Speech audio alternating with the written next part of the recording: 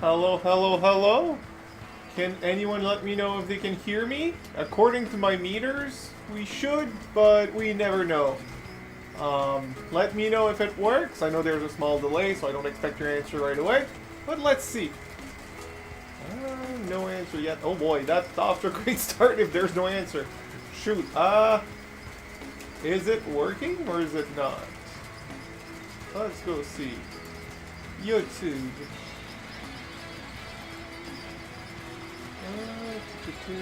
Let's go to my other profile and see if something happens. Can I see my own stream? Yes, I can. Can I see? It seems to be working. All right. Alright, so, this seems to be awesome. Alright, so, the stream will start off pretty chill, but we do have some activities to do, and yes, I moved my cam upward because I realized last week that I spent the entire week looking up with the camera down. Figured that was inefficient, and since I'm looking up for the screen, I just put the webcam on it. I thought it was the best way to go about it. So, let me just adjust the colors on this screen, on the upper left screen. Configure video.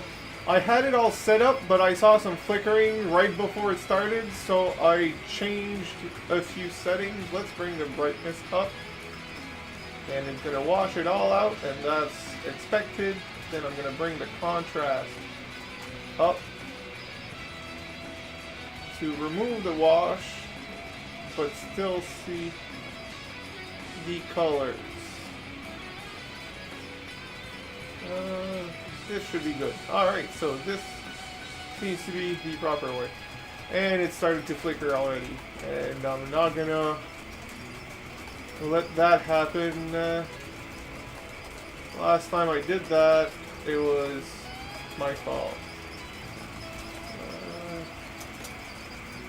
Put it all to default, and I don't remember which setting, but there is one setting that that brings flickering, and I forgot which one it was. That's better. Don't remember if it was. Okay, that's the one. So never mind. Let's get the white balance first, so it's not orange. These are the right colors. Now let's bring brightness. And it's going to be washed out, but that's okay because I can bring colors with contrast. So, it's still dark. Let's try to bring the brightness up. And I feel like saturation. Nope. This one brought a flicker. And this one also brings flickers, so we're not going to do that. We'll figure it out, boys and girls. We'll figure it out. It's going to look good with the limitation it has. Now this is dark, but that's okay. That is not okay.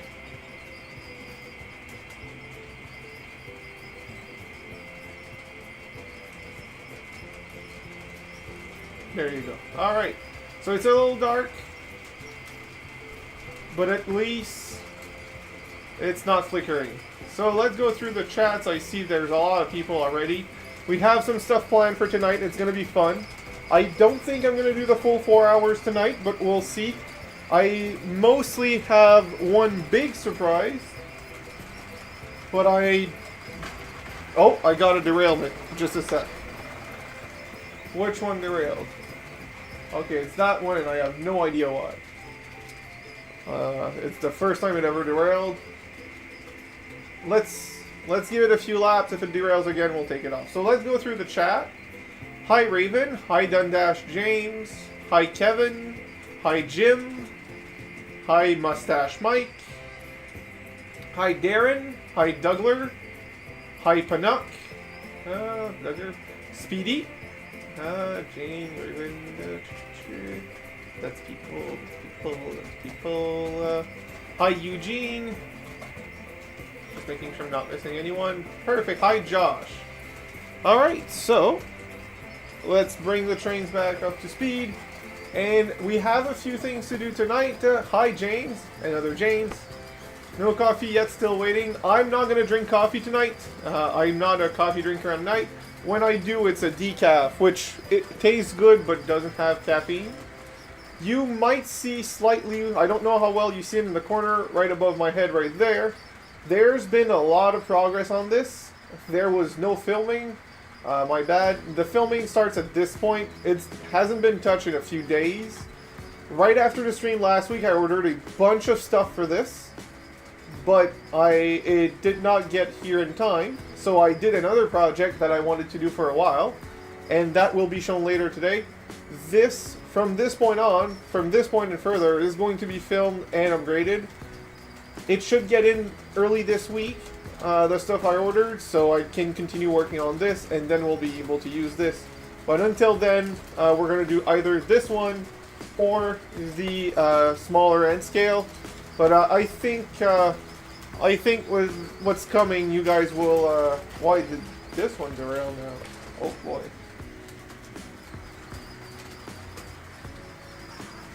I've got a lot of stuff derailed tonight. Okay. Now, this is acting strange. Let's, why did so many derail? I don't have anything on the track here and the turnout's correct. So, let me go put that back on track and I'll be right back.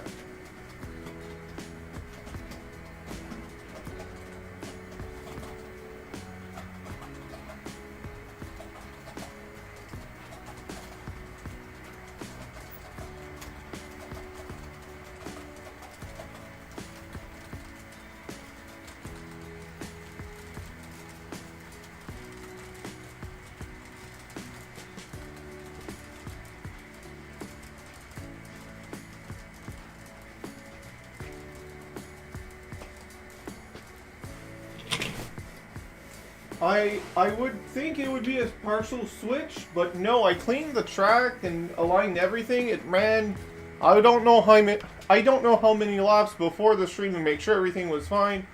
And unfortunately, it started being bad now. We're playing that one. Go get a Red Bull. Thank you very much, Mustache Mike. I love Red Bull, but I only drink it once in a while. So, I'm gonna get one another day. Tonight it's not gonna happen. I appreciate it, but no energy drinks when it's the activity before bed.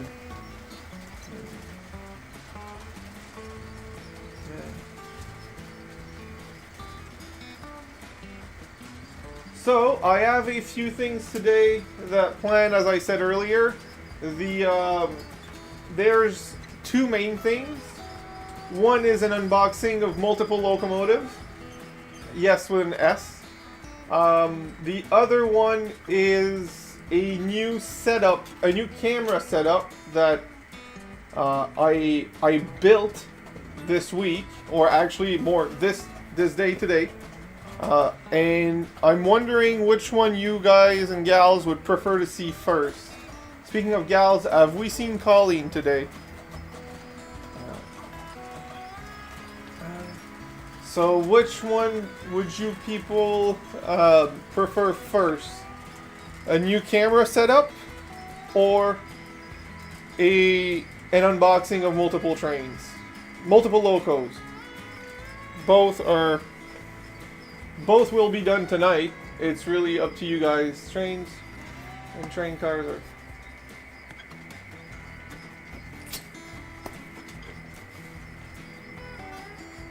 So, I say unboxing. Alright, one vote for unboxing.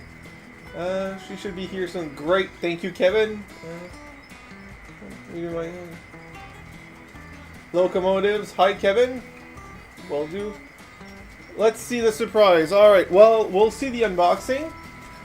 This unboxing was supposed to be filmed and then published separately. I ended up not doing it.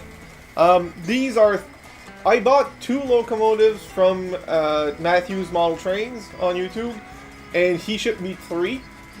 I made sure it wasn't a mistake, and it's not. Let's start with what I bought. and we'll keep the surprise for the end. So this all started, actually I'll start with what all started it. When he posted a couple of Proto 2Ks, 2000s E8s online.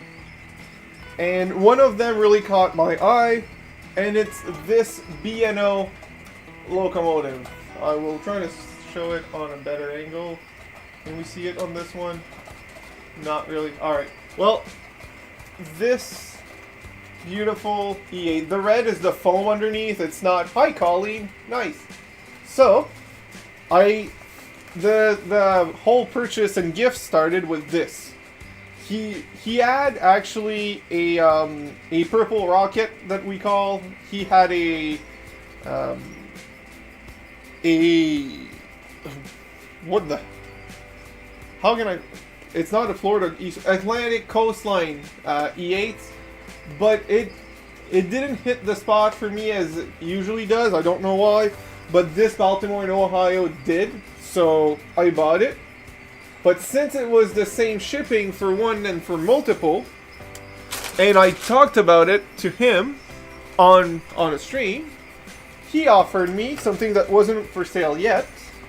And this one is not mine. This is my girlfriend's. It was the Valentine's gift, and she loved it. A P2K GP7 Atlantic Coastline.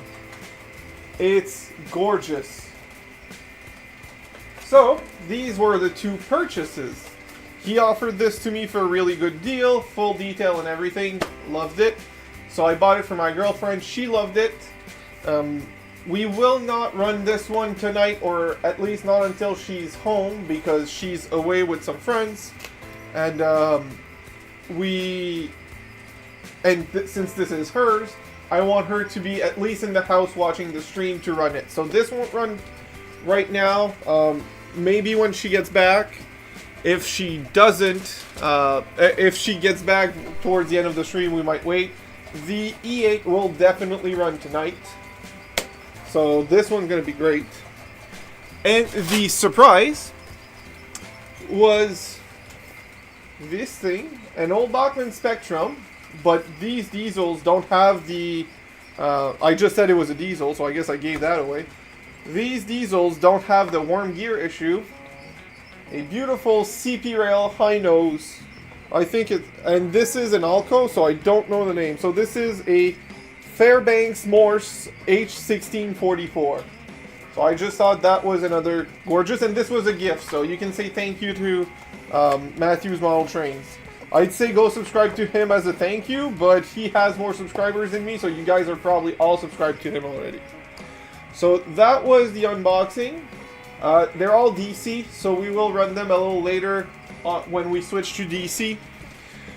The reason we're not doing the DC stuff yet is because the new camera setup has something to do with DCC.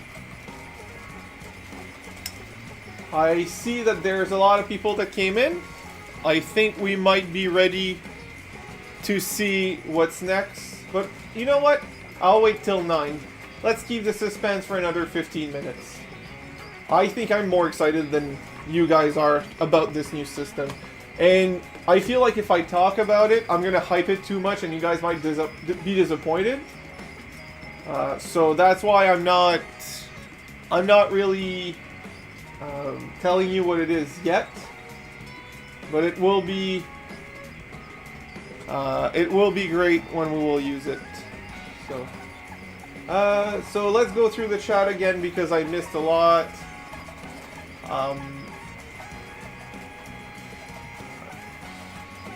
I missed the entire. Alright, so locomotive. Alright, so that's where I was. Alright, so Colin is here. Hi, Kevin. Alright, making sure I'm not missing any messages. Hi, Paul. Didn't see you come in.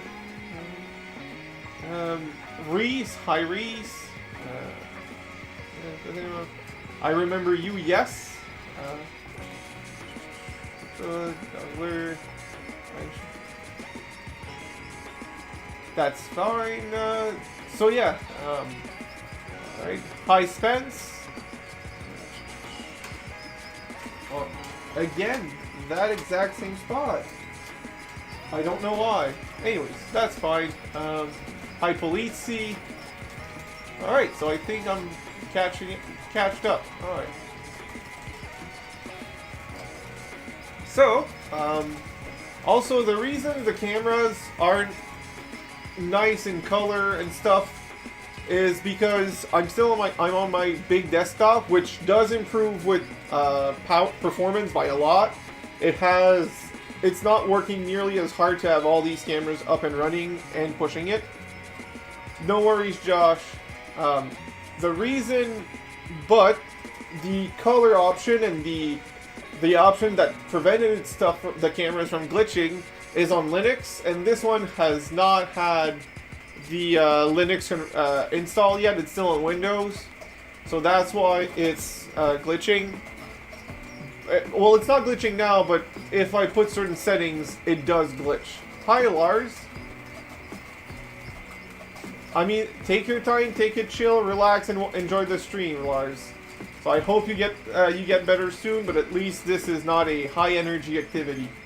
So yeah, the reason the colors are all over the place is because I can't adjust them properly on Windows without having flashes and glitches. So if I leave them as they are right now, even though they're far from great, there's no glitch. If I set them all properly, there's glitches. Hi Jason. Once this is converted to Linux, I don't know when I'll do it. It's literally just it's more time and doing backups that it's annoying. It's not complicated. It's just time. And yes, it's a long weekend for me, but I've got plans because of Valentine's Day. Well, it's a full Valentine's weekend now, apparently. So, for that reason, we might not install Linux yet. Next weekend, if I do get the N-Scale stuff on time, we will use the Linux laptop regardless. So that won't be an issue. That'll give me more time to install Linux on there. Thank you, Lars, but I don't think I'm the best YouTuber. I think I'm adequate at best. But I'll take the compliment. But yeah, so for that reason, we will do Linux install later. But also for that reason, the colors are all over the place, and it's unfortunate, but that's the sacrifice we have to do for now. On the plus side, 10 minutes left, 12 minutes left until the reveal. I'm so excited about that. Kevin Connery and James, I think that, yes, I am using OBS. I'm sorry if I missed your question. The chat, while it doesn't go super fast, it goes just fast enough that if I look down for 30 seconds, I'm missing half of your messages somehow. So, yeah, there's that. And I do look down quite often to make sure the trains are fine. Or I look at everything else on screen because I want to make sure everything works right. It might not be the most advanced setup, but I want to make sure what I have works great. Is the used Digitrack system worth 150? I guess it depends on which Digitrack system, because there's a lot of models.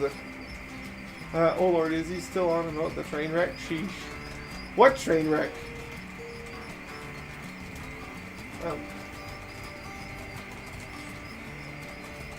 No problem, Lars.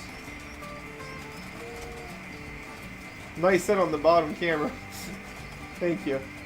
So that the upper camera, it does not have the proper frame rate. Let's go fix that.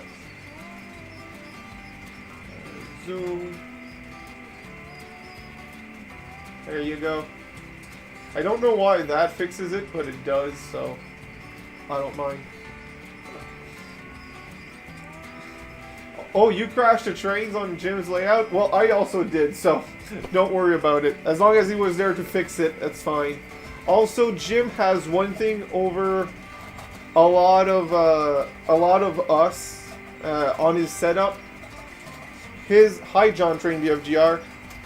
He has circuit breakers all around, but his are manual resets. So as soon as they trip, they don't automatically come back up and try over and over and over again. His, they trip and they cut, and he has to manually go flip them back on, which makes them a lot safer than... well, it's just plain safer. DCS 100 digit tracks. I don't know enough about that model to know the proper price. I mean,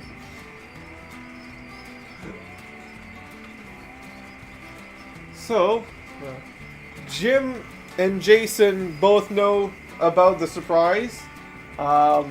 They have seen it on private messages on Discord. Also, if Dave shows up, he's aware. I'm very excited about this. Hopefully as well, Lars, but if it does, I'll just reset it. I have a manual power reset underneath here, so at least there's that. But yeah, the also for the same reason as glitches after a few hours, I might not run the full 4 hour tonight, but we'll see. If it goes well, I'll stay on as long as I can, but if it doesn't, don't be surprised. At least we've had a few hours no matter what. And why do you keep derailing at random times? It's always around here, but it's the only one, and the switch is fine, so I don't know why you derail there. Anyways. Is there something in that frog? No? Okay. Is this? No, I don't know. Alright, so I'm getting excited about... I'll go grab the equipment I need to make it work. The new setup. I'll be right back.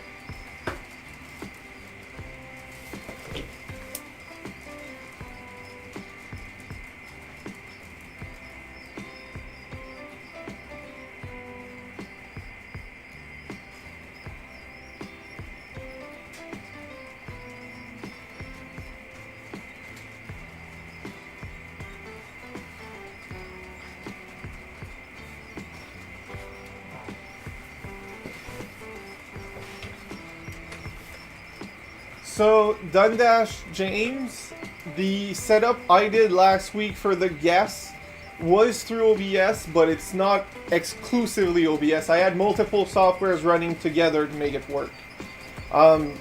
Last week, Jason was on. He was sending me video signal through an app that is a little funky called VDO, like the 3 letters, .ninja. And the audio was through Discord as a call. And to make sure there was no feedback through the speakers, I put the microphone much further back on the table and the speakers much further forward and lowered the volume on my side. So that way, and the sound for his voice was through the desktop sound where the music comes from as well. It's far from perfect for a setup, like really far from perfect, but it worked good enough. Oh, nice call, lead. You guys and gals are gonna make me want to go grab. Oh, I'm lagging. Is it just Lars or is everyone seeing me lag? I want to know before I continue. Not for you, Jason. Okay, perfect.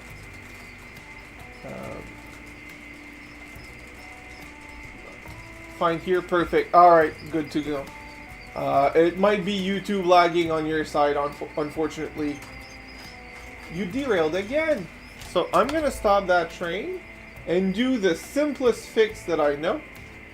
I'll turn it around. I've seen that make a difference on certain cars for whatever reason. Alright. Let's, I'm in sync. Perfect. Thank you. So, it's almost time. I will give you one hint for the setup, and the mods, since they know what it is, don't say it. But what does this have to do with a camera setup? For everyone else, you can guess. The people I sent the message to about this, don't spoil it. I'm curious to see if anyone's gonna know. Hi, George. Jim, if you look on Discord, if you haven't seen it yet on Discord, I have sent you pictures of what it is. A gimbal? No, but that's a good guess. That could have been, actually. It's not, but that could have been. I saw it, yes. I'm excited to see what you guys and gals think of this. Too small to see. I will try to see. What does this have to do with a setup? CAD cam? Oh, that's a good idea, Spence. And Spence is right. I have made my own camera car with some random camera for FPV drone, a emitter receptor, and right now this is a LiPo battery because I have not set up a electrical pickup for the cam emitter, but it will be coming. It's just I didn't have all the stuff to wire it, but I did have a battery for my RC. So we will set up the battery and we'll send the cam car around. And I made it a little different than most people. Normally it's all contained on a car. Since mine is a custom one and it's okay, so don't get your hopes too high. The image quality is okay, and but the signal is bad because the wires are cheap. I bought the cheapest stuff I found on Amazon because this was a proof of concept and I wanted to try and make it work. Now that I know how to make it work, I can start upgrading the stuff to make it a higher quality. And once this setup is stable, then I will do a how-to video on YouTube. I just don't want to do a how-to yet because it's not working properly, and misguiding people is really not my thing, right? I don't want to tell people, hey, if you do this and you do this, it will kind of work. People don't want they want a successful thing. So the idea here is that once I'll get it to work properly, with a good signal and a good image, at a decent, reasonable price, we will have a full example. The first MacGyver thing that I had to do was do a Y splitter on the power, so that so we can upgrade all the places Kevin needs to finish. Oh, you'll see more place to critique than decent spots. So yeah, I MacGyvered a RC fan towards the emitter because it was getting too hot, and I did see an improvement in the frame rate by having the chip cool down, meaning that this MacGyvering already works. So I will prepare the car for its maiden voyage, but I will make my camera bigger. I'll put it here. And I will show you the MacGyver setup. Alright. So before you know it, you're moving with me. I just don't want to block the train with the wire. So this is the MacGyver setup. Yes, I've checked the clearance and it clears everywhere. The camera is on top of the locomotive and it's behind the headlights, so there's no glare. I thought that was a good way to set it up. The tape there is to prevent the wires from kinking at wrong spots because that's probably part of the signal. This is the fan that I added to the emitter. The emitting tool is in the back there. There's my power Y splitter. There's a bank of tiny caps to help the power level out when I will put it on a track power. And that's the battery. And together, it does this. It's all temporary tape, so don't expect it to be always like this. And yeah, I will try to contain it all in a car. My actually my actual plan is to find a broken loco that still has power pickup in a front half of the cab and convert it to have the camera behind the window, so at least the light comes from in front of the camera and you see like the nose of the locomotive, and use the electrical pickup of that dead loco. So that is a MacGyver setup. And yeah, it might sound like a bad idea, because it kind of is. I'm not gonna lie to you. Who MacGyvers a camera car other than me? Who would do that? But it was cheap. It was less than $100 to build, right? So I don't think it was such a bad idea. Might have. It's not the prettiest, but it's not a bad idea. And also the antenna for the receiver is right there. It's a USB antenna. It's really easy. It was just knowing which part to buy. If the fan needs help, mount an ESC heatsink to the chip, then mount a fan.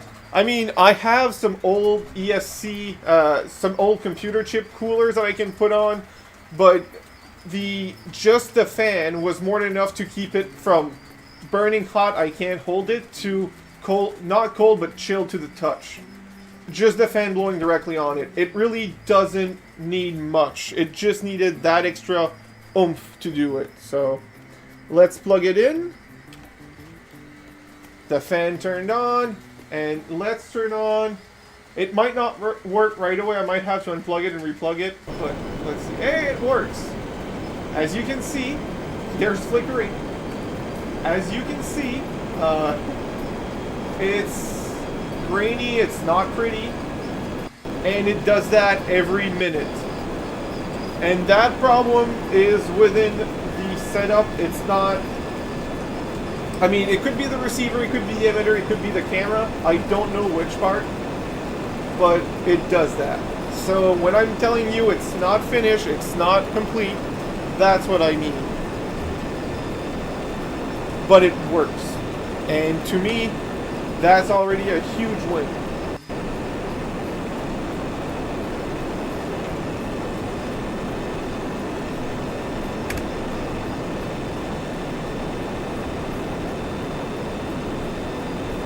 The fan sounds like a loco firing up. Yeah, that's the biggest thing is... no, that's test version 0.3 or something.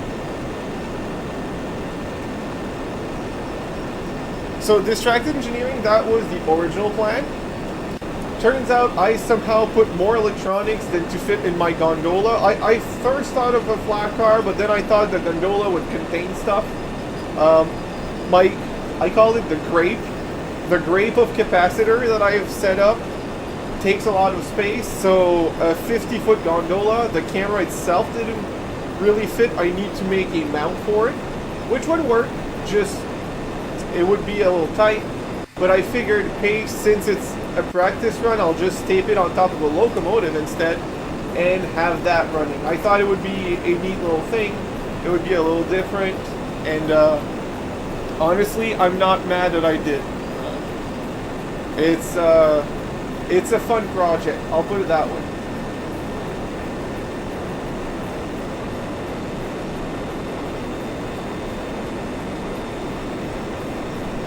Alright, let's... Oh. Wrong button. Alright. So that one is Loco 4000.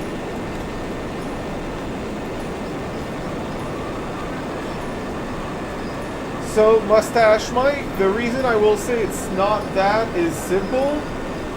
Even with the whole thing set up, turned off, where there's no signal at all from anything, it still does it. And there is filter caps on power, there's 9 capacitor there. So that's not it. The problem is, and this one is currently powered by a battery, completely independent, no DCC fanatic, no memory on board, no. Does it need memory? No, it does not. It's FPV stuff. It's made to be live feed at all time and nothing but live feed. So I know the wires are finicky because in curves it happens, but it also blinks at a time. So it's really not perfect. I'm testing it out, and it's the cheapest I could buy, so even the wires are pretty cheap. I can show you guys and gals everything that I got to make this happen. I guess I didn't include the battery in the price, but this is not a finished product by any means. It's a cool concept.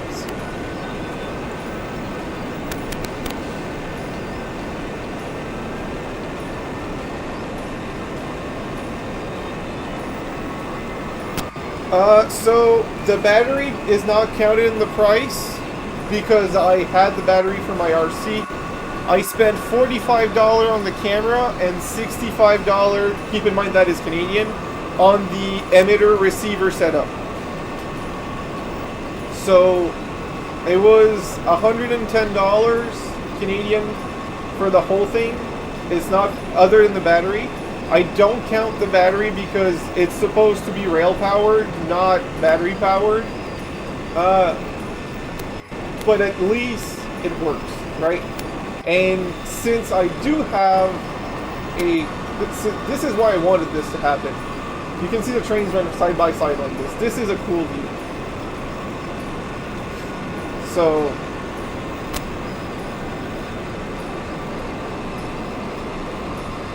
I'm just excited that it works.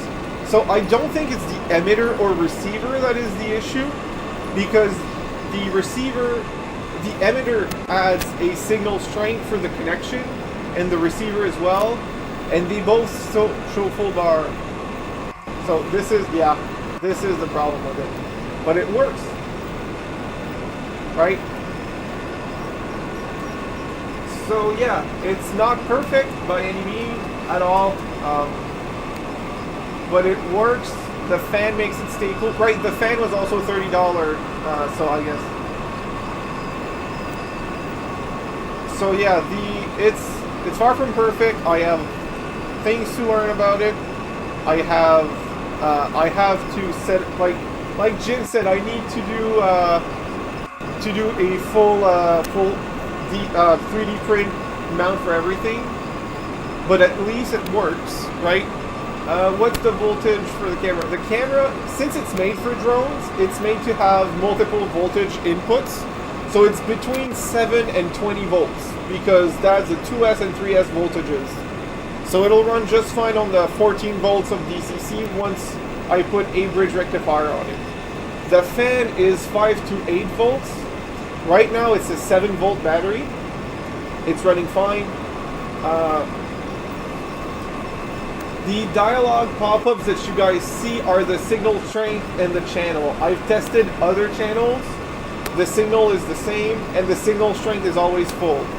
The plus side to this is it's its own signal. It doesn't have any Wi-Fi or anything. And since it's for drone stuff, it can reach much further without problem. So yeah, so far what I've read, to plug into a computer, it's much easier through analog camera stuff, which this one is. Why did it completely quit on me? The battery is full. Okay, now it's back. Alright. So yeah, it's really not the best thing in the world. It's a proof of concept, but it works. Tunnel, yes, but it worked last lap, so that's what I'm not sure. I've seen people, what they do though, for the ones that are work through an app of a phone, is that they connect the phone, they mirror the phone to your computer. So yeah, I'm happy that it works. I know I can improve on this. I really think that a big part of the culprit is the signal wire, because there's the power, ground, and signal wire from the emitter to the camera. Fan interference, No, I have the same issue without the fan. I have the same issue when the whole train setup is off, and I have the same issue without the fan. The capacitors are between the fan and the setup to make sure that the power is fine.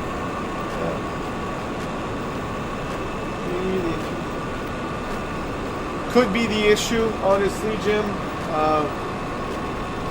I put the fan and the fan and the power set, the whole camera set up in parallel for the power, so that it wouldn't, it sucks more power but less the same voltage. I put, like I said, a bank of capacitor in between the battery connector and the camera to make sure the power is clean, and also for when it's track powered that it's stable. But even when nothing is powered on, I've noticed that moving the signal cable does that. So I'm really leaning towards that they cheaped out on the cable, this is an aluminum wire inside that cable. So I'm leaning towards the signal cable is just really cheap, and I'm thinking of starting by replacing that signal wire so that it's, you know, a more solid connection. I already improved. When it first arrived, the camera and the signal had 3 connectors, one in the camera, one in the signal thingy, and one in between to connect them. Just by removing the connector in between and soldering it together, I've actually improved the signal.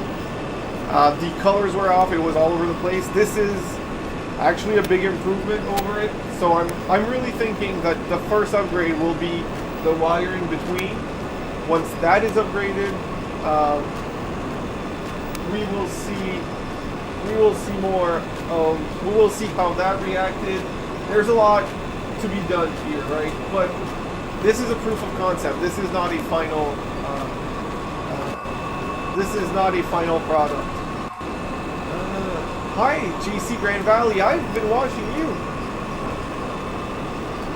So yeah, not only were they a good, not only are they a source of resistance, but this one was so cheap that it wasn't fully seating in, so that there was a full connection loss. It wasn't just a source of resistance. So yeah, this is a proof of concept. I don't know. See, it glitched out and the colors are off right now, but it'll glitch out, come back. I'm really thinking the problem is the wiring in between. We'll see. I mean, there's only one way to find out, right?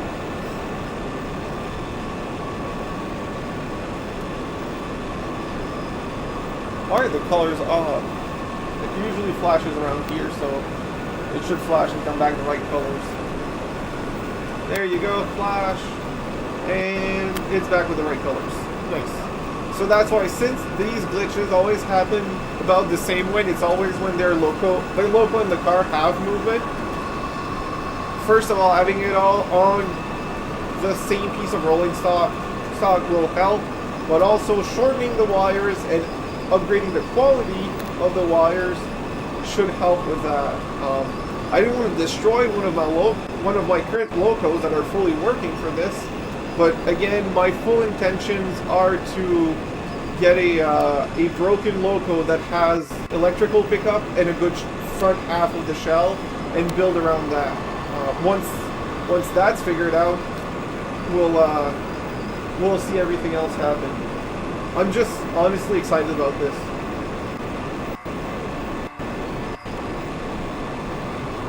This view is pretty cool. Even with the glitches, though, I find it really fun, and it's different, right? It's new. I know a lot of people have seen camera cars before. I guess it's more exciting for me because this is the first time there's a camera car in my layout. No, it's not small enough to fit on an N-scale setup, but at least we have something to work on.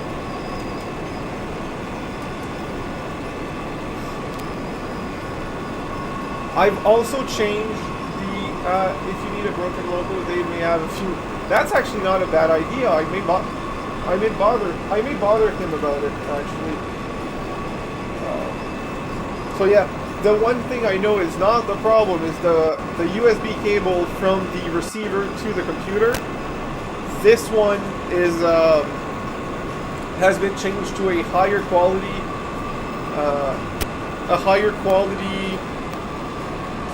cable, just to make sure that wasn't it, and it hasn't changed a thing.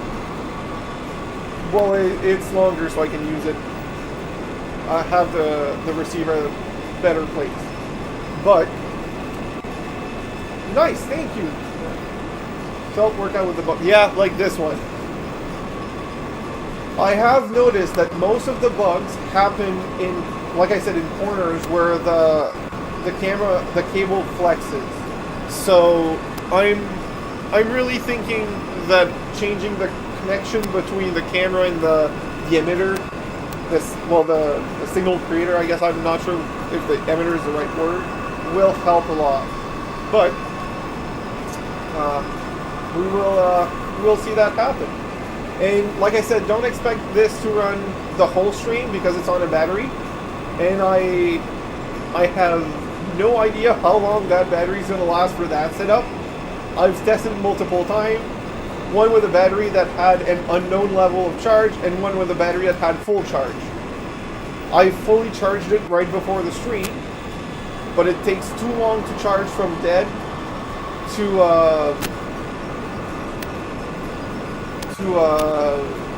charge it back for the stream, and I just realized that I don't have an ESC on this. It might over drain the battery. Ooh, that is not reassuring. From the time it took to charge from my testing, I know I'm good for at least an hour without having that issue. But what we might do is just run it for a little while, stop it to charge a battery for a little while, bring it back, and run it again. Because I will shake the cables. See, I shook the cable and it jumped. So it's really the signal or power cable between the camera and the car that's the issue. Everything else is stable. On one hand, I'm disappointed that the cable it came with is not even good enough for what it's doing. On the other hand, I'm glad that that is a probable problem.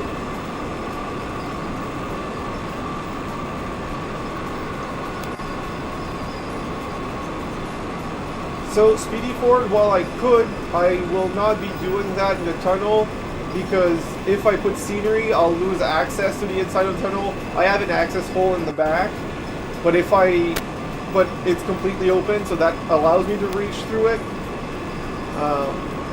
If I put scenery inside the I won't be able to grab inside the tunnel. It's more for a rescue issue.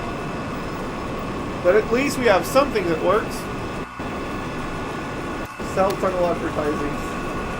No, but oh shoot, the hobby shop that I work offered me some free stuff in exchange for wearing their shirt tonight. I need to go grab that.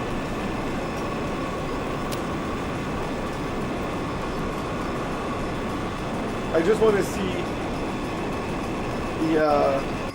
the trains going side by side, because they're going to end up side by side. I think it looks really cool. There you go. Look at that. Look at that view. And the green tarp really helped right now, because you would see a messy basement if it wasn't for the green tarp. You can say hi to the camera. And I've checked the clearance. Yes, I have a hole to reach around. That's exactly it. As you can see, there's a ton of unfinished scenery over there that needs to be done.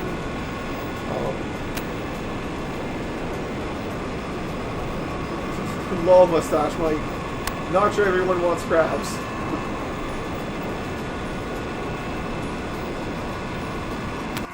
Messy basement is my trademark. Yeah, well, I'm not paying the copyrights that laws. I'm gonna do my own messy basement law.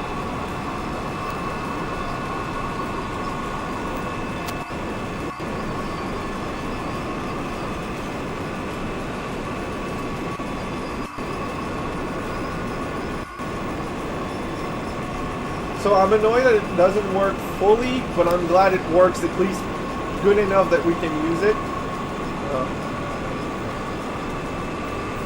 We will be running other trains around it, and we will be running it in the inside loop as well, so you can see through the...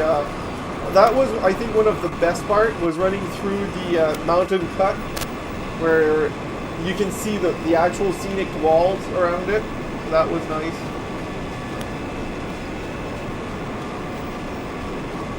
Thank you, Spence.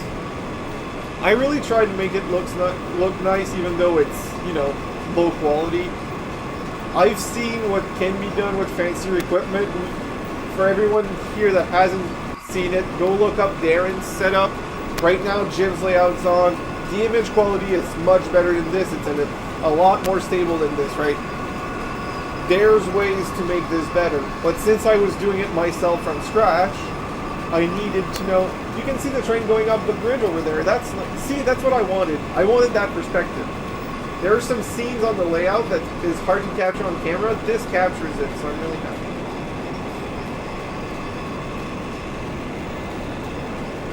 Jim, the reason that does not happen is because that is an analog signal. The breakdown is on digital signal. If I convert this to digital, we will lose, we will have breakdowns. This glitches like this, but does not have breakdowns for resolution. I miss when I lived in the States. Oh yeah, that's what. Hi Ward. So yeah, this was the grand surprise for tonight. I did put it in the description, but I wanted to surprise you guys and gals with this. I hope you enjoy it. Like I said, it's not perfect, but we have a start, and I just noticed that there's a cable that sticks out. That should not stick out.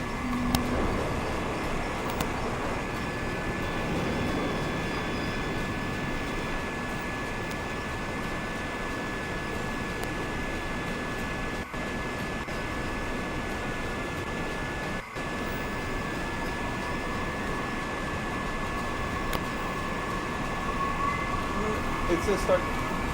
Thank you very much. Again, you guys are right, and that was. I'm glad that everyone here sees my vision and understand that this is a start and a proof of concept. There's a lot of things that I've done so far that all have been starts and proofs of concept, which, you know, that sounds like my life. I have a project, I get it to work, but it's funky and messy. And then I'm like, okay, now that it works, I can improve it. Or I can start another project, and I start another project, right? That's my biggest, what is it called? You know, downside, not downside, but, what is it, the word I'm looking for? You know, when you go to an interview, they're like, what is your, like your strongest point and your weakest link? Well, my weakest thing, the worst part about me is my vice. Yeah, my drawback. Yeah, those are great words. To me, the biggest thing is once my proof of concept works, I most need someone else to either bug me or finish my projects and clean it up, right? I'm great at starting.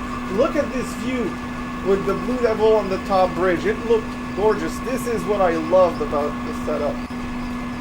So yeah, since I have a lot of things to do, as soon as I get it to work, I'm like, yep, got it, perfect. Let's move on. Which is not the way to go about it, but that's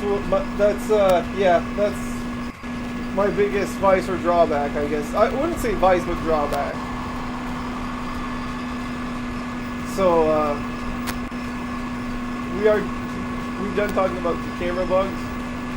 Following through was narrowly strong, so yeah. But at least you guys see, I've seen the proof of concept works. Hi Ed, and that there is a way to do it if you go with FPV drone stuff. Speedy Ford, I've not been diagnosed with any of these things because I haven't been tested. I may have it, I may not, I don't know, but all I know is that I'm just very happy that the proof of concept works and that I can improve from there. Again, with my my biggest issue, don't expect improvement in the next week or two because, well, I already have there's stuff coming up, the N scale stuff, and there's the and there's also the fact that this stuff gets expensive quick. So I appreciate everyone's help because you guys have already helped me, but the receiver is right in front of me near the computer in the center of the layout. So and the signal strength is always or almost always to the max. So there's that. I'm really thinking that the problem is between the emitter and the camera. But yeah, a Pi Zero with a webcam sounds like a great idea as well. I call it the school syndrome, I guess. So yeah, this won't get any improvement for a little while, simply because I have other things going on. This was a side project that I was able to make work in a day. I received that equipment this morning and I made it work. Yeah, well, I mean, it's the old analog style, right? It works. But yeah, this will not get improvements for a little while because I have other projects going on that have a priority. But at least there's potential, and I know how to make it work now. I just need to improve it by a lot. And once it'll be the priority, we'll be good. So, hey, Darren, as you can see, I have a bad version of your setup in my basement now. This was cheaply made with a drone camera and cheap wiring and a whole drone setup, actually. A cheap FPV setup. It's far from perfect, it's analog, but there's improvement to be done. At least the proof of concept works. Headroom. Oh, I've measured everything. The camera is on top of the locomotive, but the locomotive has a low ceiling, and everything has been checked.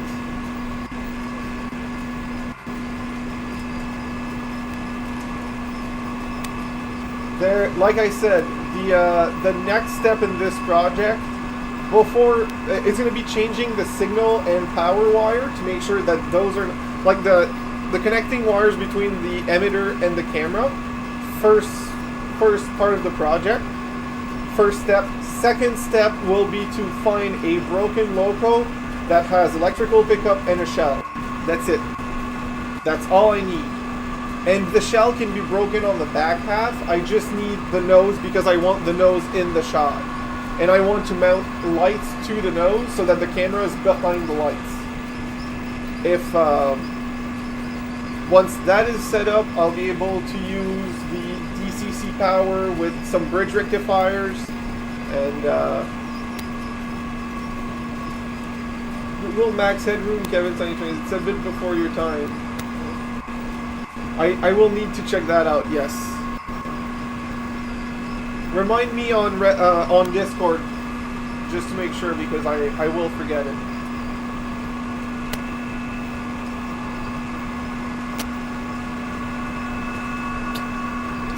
So yeah, I'm just happy that it works. I'm very happy.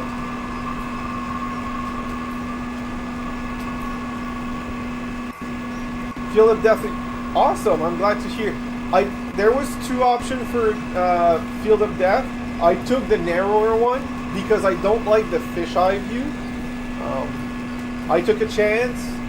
It worked.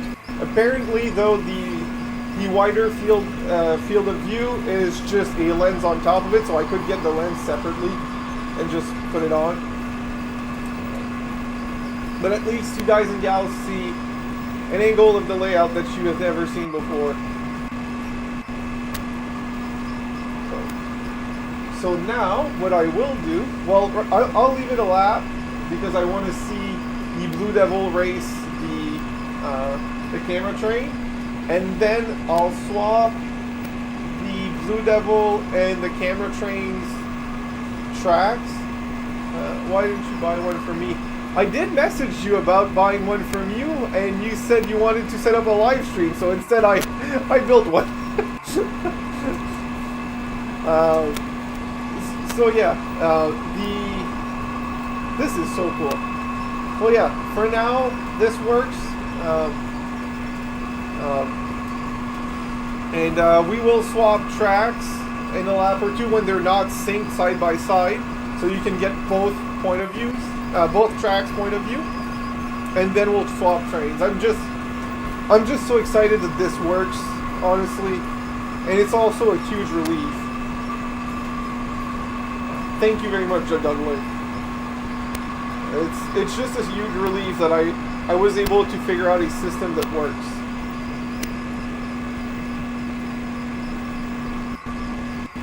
And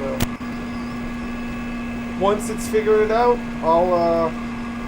I'll do a full how-to with links to where to buy stuff and which model to get.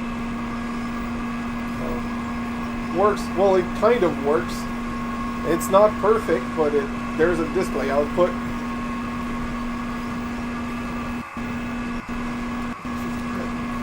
It's a start, right?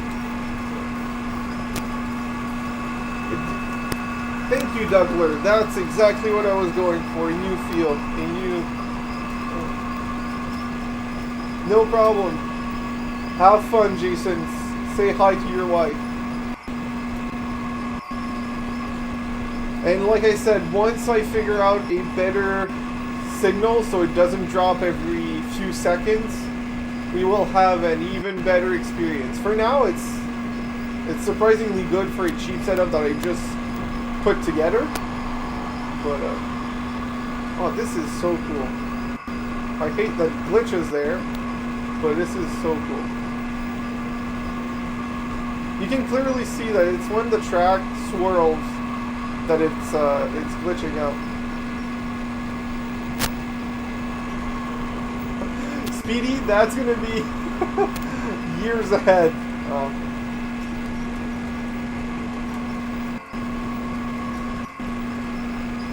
Oh, Ward, if you're on Discord, I can check that with you later. Maybe not tonight, but later this week. Have you ever thought of in the future doing cab overlays on? So Dougler, this is what I do want to do. Instead of having an overlay, I want to buy a broken locomotive and use the actual cab of the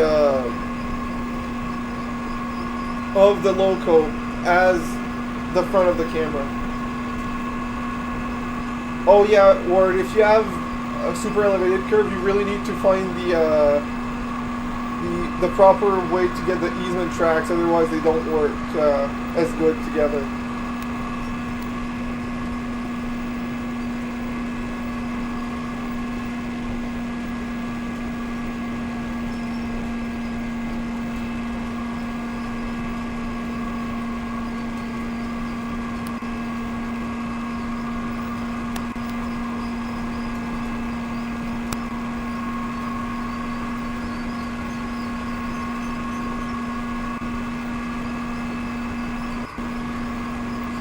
There you go, it's back. There's just a yellow down. Yeah, there's a few problems with the layout.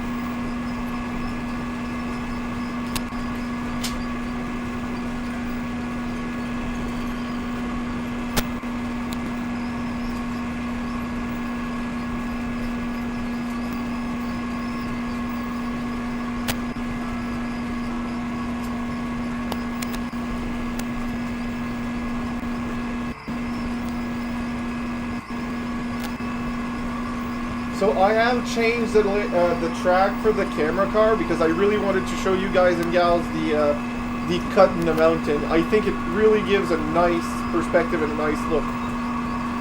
So.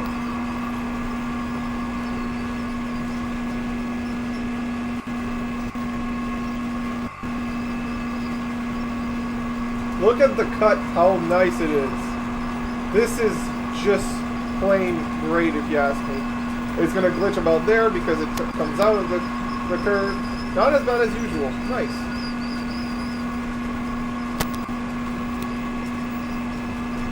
Dusty's cut. Yes, thank you, Kevin. It's Dusty's cut.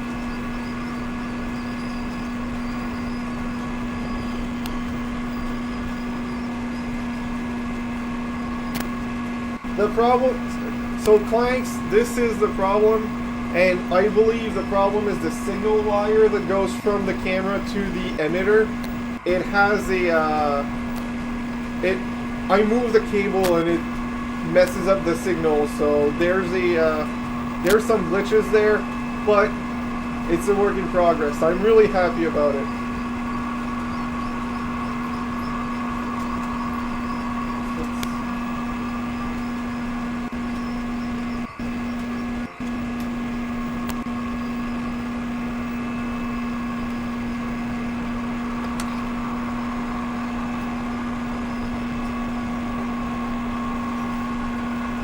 Hello, Dave. My proof of concept works. It's far from perfect. There's tons of glitches, as you can see. But when it works, look at this. We can see the train. We can see the track. It works. I'll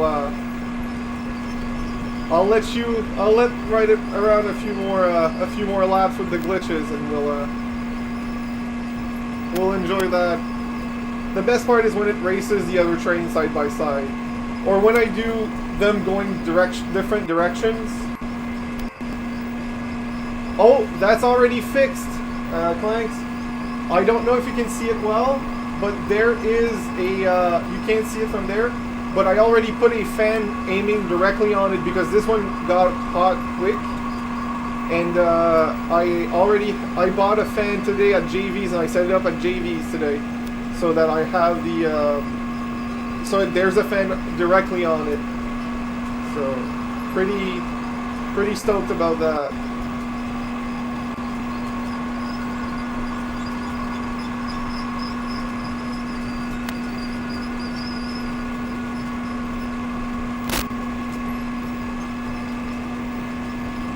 No, I'm overall very stoked about it. T-shirt ad, yes, I need to go fix that.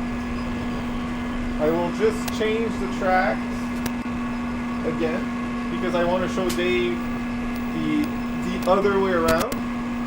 And thank you very much, Dave. Like I said, there's a lot of improvements to be done. Some can be done manually at home. Some have to buy higher end stuff. I'll start with what can be done at home. But there's a proof of concept that works, so I'm just very happy about that. Thank you, Justin Line. That's exactly what I want to do. So, what I'm using is a combination of stuff, but it's all RC stuff. The camera and the AVF, I think Planks called it, I call it the emitter, are one bundle from Amazon for $45 Canadian, and the receiver was also from Amazon, and it's another Chinese crap for $65. And yes, I overpaid for this, but I wanted it now. The other option was $50 instead of $65, but it would have taken a month. So I figured for an extra $15 I could get it in 3 days. It made sense. I need to fix the wiring on it. I forgot to flip the switch there and it derailed. I'll be right back. Or it's coming to me.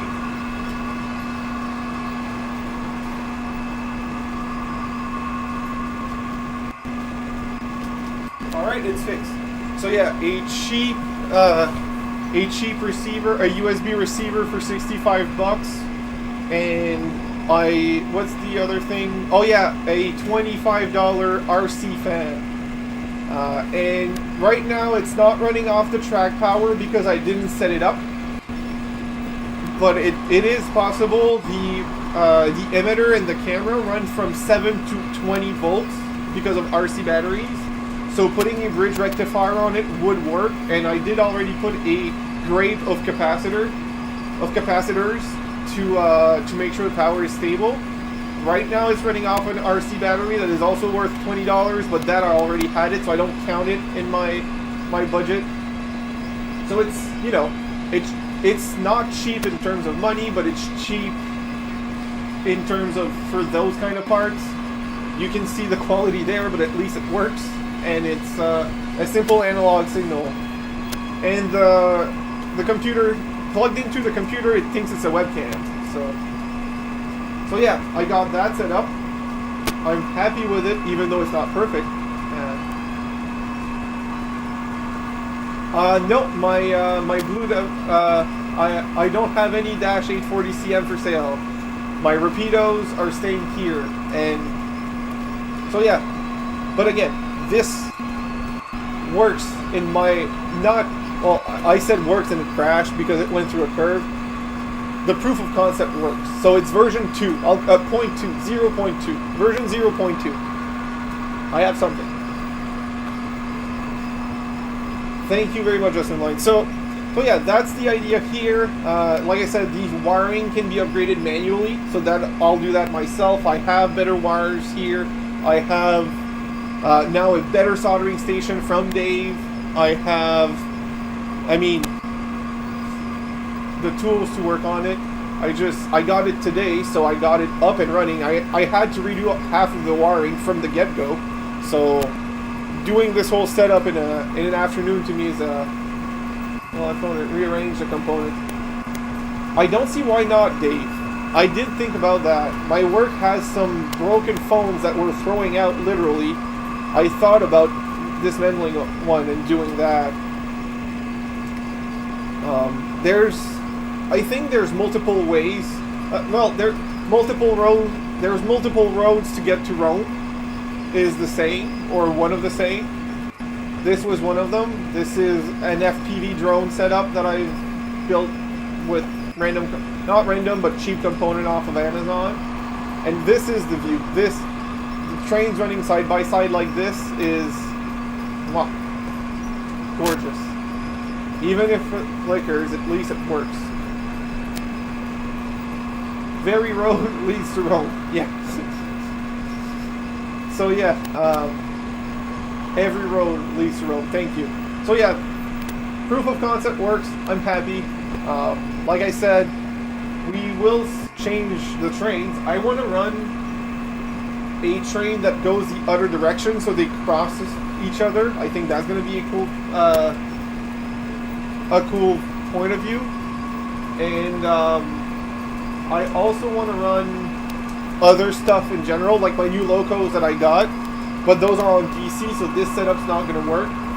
When we run the DC stuff, Kevin, I say this. All right, have a at least.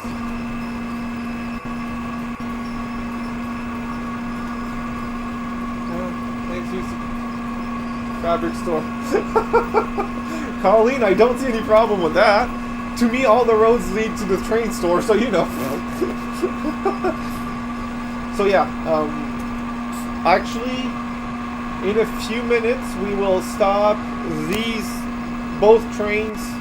We will put on my new locos, so that myself and you would be using a LED T lighting, coach lighting with magnetic switches. See, that's also a great thing. We will use the new DC stuff I got because I want to and because it's fun.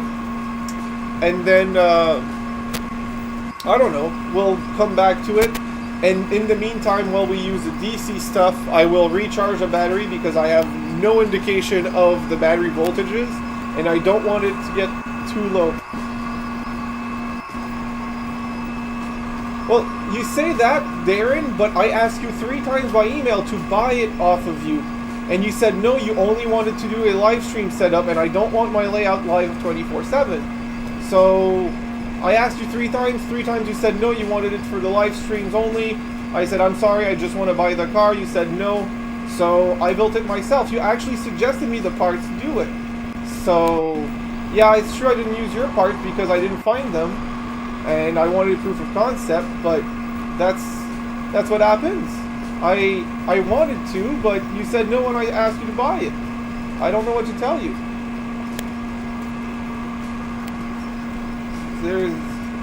That's just it.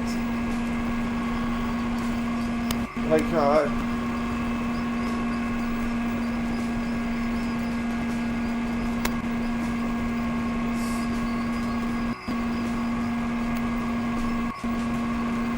so yeah, that's, we're gonna run the DC stuff for a while for fun, and then while the battery charges, and in that time we'll charge a battery, and then we'll come back to this for later tonight. I just thought it was a fun experiment.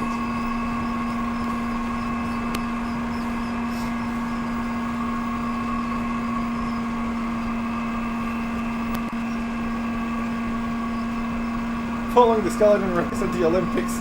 Thank you, Justin.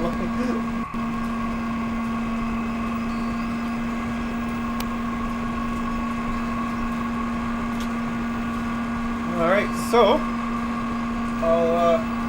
I'll clear the main line for the DC stuff, and then I'll put this one on charger. The other nice part about this, when you do switching, reaching for an old... Oh, Dave's having some ideas there. Bridge looks realistic with the yeah, I thought that was nice too. So this is where I was debating. I'm torn between cutting an old broken loco to have just the front cab and the camera set up on it, or just a second, 4,000, or getting an old dome car and putting the camera in the dome as if you're riding the passenger car. I'm debating in between the two, which setup would be better. So far I'm leaning towards the locomotive, but the dome car would not be bad. The reason why I'm leaning towards the locomotive is the size of the camera. It's really not that small, and it's small enough to fit on a car, but the dome is 1/3 of an inch, and the camera is 2/3 of an inch or 3/4 inch. Teeny home security. Colleen, I checked into it. It could be done, but my problem is streaming that video. They have their own apps, and these apps don't connect to OBS. I wanted to work with this setup, with OBS for the live streams. So for your own personal use, those teeny home security cameras would work, but not for OBS. I think that's a big thing. That's really my that's the reason I didn't go. Yeah, every time I have found. So see, that's also why I wasn't sure what to buy at first. What Dave said, they all require either their smartphone or their own app, and transferring from that cam to OBS was very hard to find, if at all possible. And since I didn't want to figure out for, months or years what to do about that, I just went with the easier route of finding a different way, and the different way was the drone route. I know this sounds stupid, but I figured, hey, there's multiple FPV drone enthusiasts out there that don't have millions of dollars to spend. What do they use? And I was like, since goggles can be expensive, there must be a cheaper way that connects to a computer. And since this setup with this tiny receiver is just a USB receiver that acts as a webcam.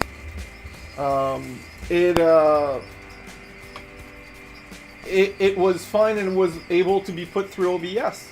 So that's why we ended up with this. I just want to turn off the train cam. There you go. So that's how I ended up with the FPV stuff. It's not necessarily the best part, but I figured out it might work. And since the voltages was 7 to 20 volts, I figured, hey, let's put some 16 volt capacitors in parallel so they can have more capacity. And whenever I have the chance, I'll put on the... thank you. It is actually exactly that, Colleen. But since there's multiple time zones, I think Colleen, if she's either in Quebec or Ontario... thank you. Dave's got all the time zones. Plus... he forgot Newfoundland that has half an hour in front of me, so it's 10:21 right now. But yeah, it's since the setup, since now it's not connected to the track yet, it's gonna happen later. But yeah, that is my day project. Actually, somehow in a day, a week of research for a day of result, which I think was nice. Hi, Paul. Fair enough. But yeah, so that's the MacGyver setup, and now we will get back to the usual program of running your usual train. I'll just go put it on the charge to make sure it doesn't get too low, because these lipos don't like to go very low in charge.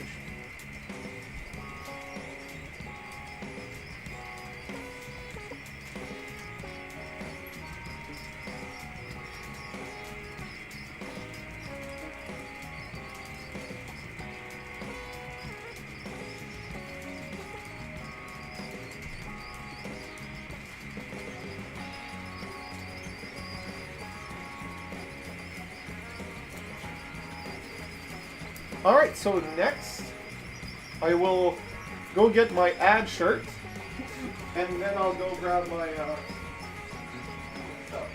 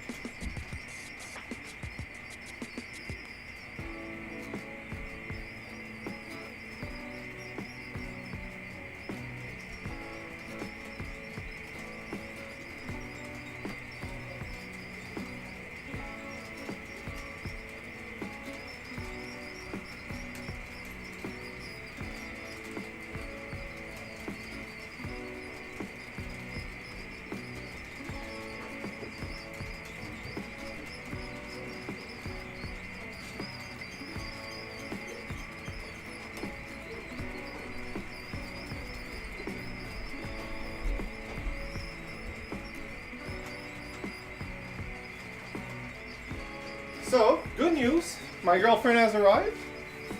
Hi, Drew. That means one of the train can be her train. You're not seeing my face. Alright, so we will remove this. Well, not completely remove, we'll just remove the locos. Actually, we'll send them down. Let's 2463 uncouple the freight so we can put DC stuff behind it. Hyres, yeah, again, I wanted to do the end scale, but because it's still in construction, I couldn't run it tonight. Alright, you guys want to see for the ad? That's where I work once in a while, and that's what, you have breaking news? Oh, I'm reading. Now I'm engaged.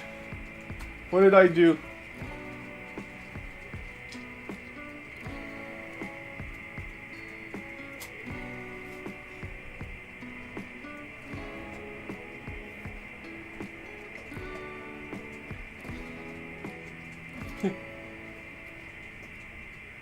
Wait. Seriously?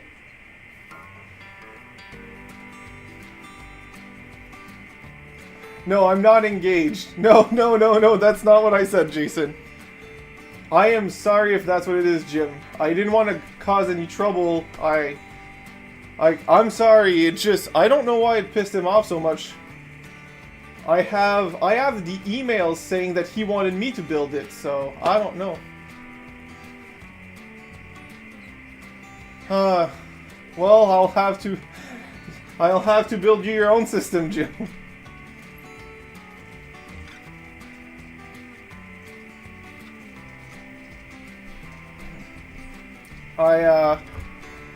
If you don't mind, Jim, we'll talk about that after. I actually didn't want to cause trouble, and I'm sorry.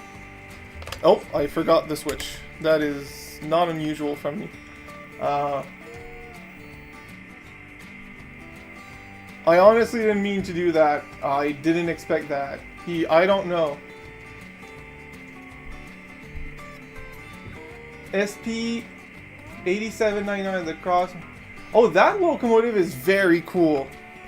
If I can find one that is a dummy with a broken back half of a shell, which will make me not feel bad when I cut it, I'll take that.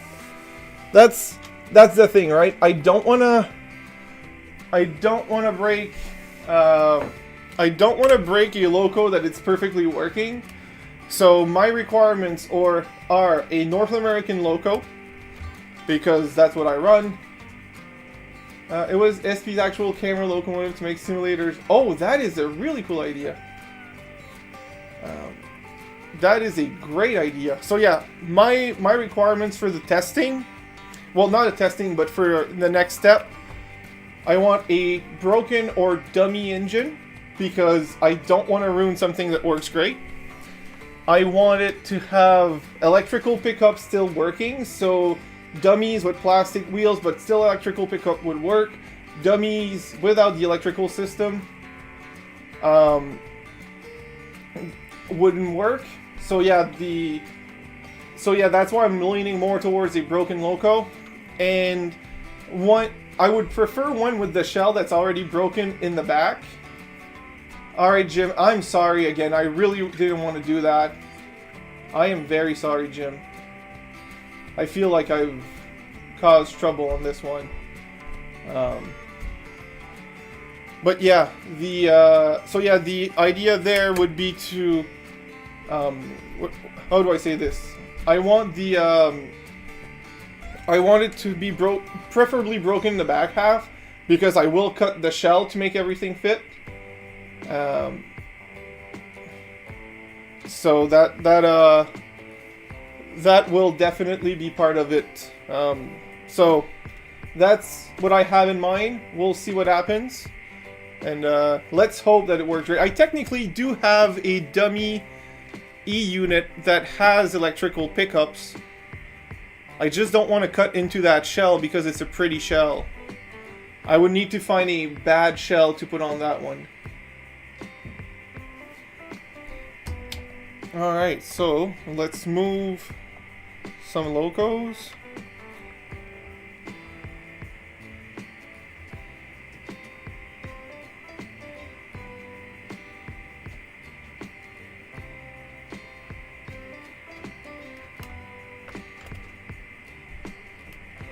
Alright, so that one's moved. Yes, reverse. Let's bring back these locos on the siding. Oh,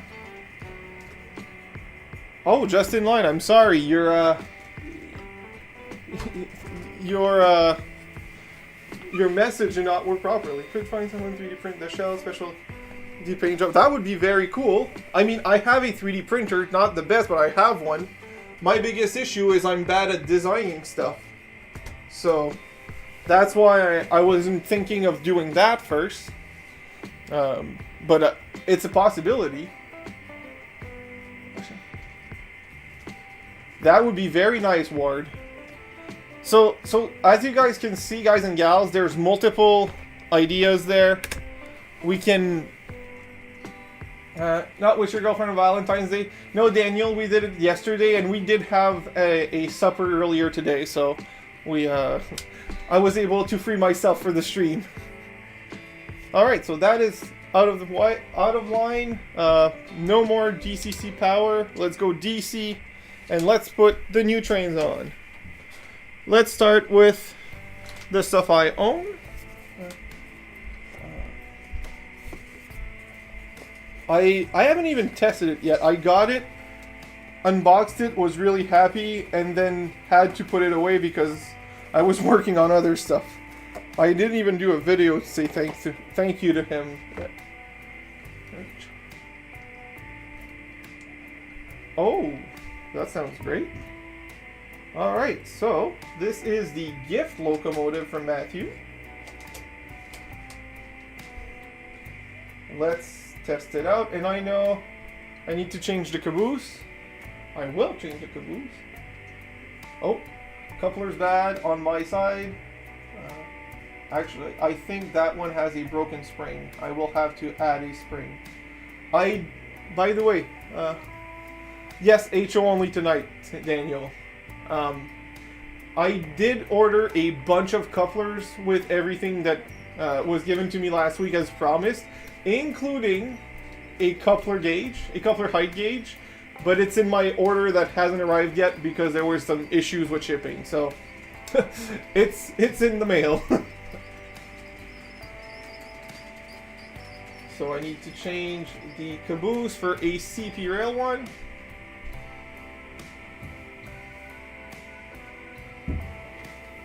Let's go grab the CP rail. This one works great.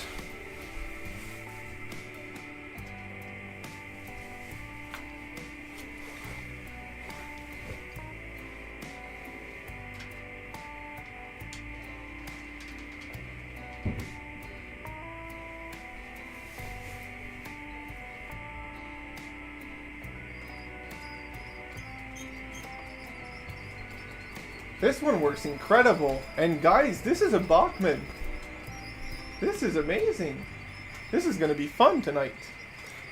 And for the other track, we will run the E8. This is going to be really cool. And since I don't have any passenger cars for it yet, I will use my current VRL passenger cars. Better than nothing.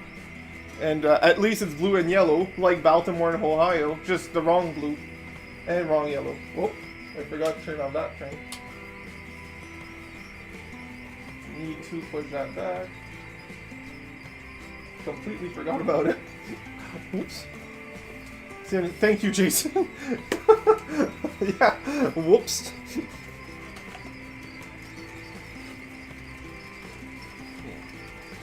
Alright, let's get the BNO out. If somehow I can. This is a gorgeous set.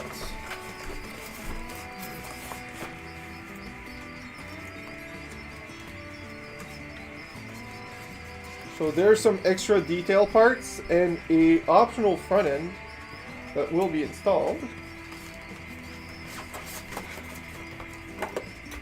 Oh, something fell. What fell? So the coupler was replaced in the back. Is it upside down? No, that's the front. Is it the front? I'm not sure. I'm not sure, honestly. Oh, okay, it was a coupler protective thing. Alright, that's fine.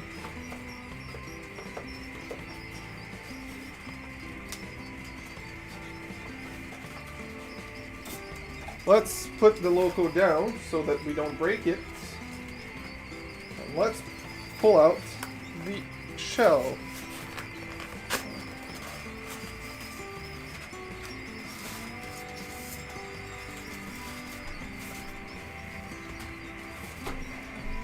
That is a very nice shell.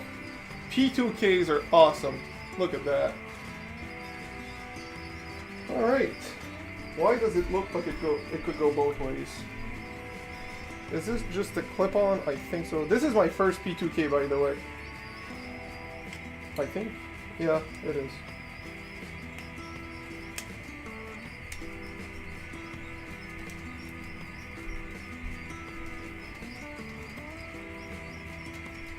So, is it supposed to... Oh, okay. That's how it clips. And it's clipped on both sides. That is gorgeous. And yes, I still need to install the front, which I will. It needs a plow.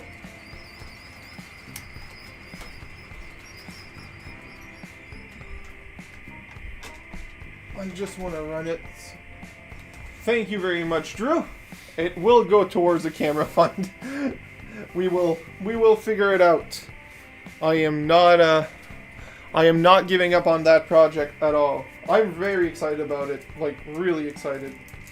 So how does this work? Because there's a front coupler.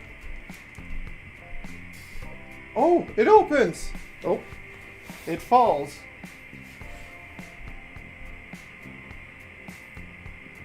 Why did it fall?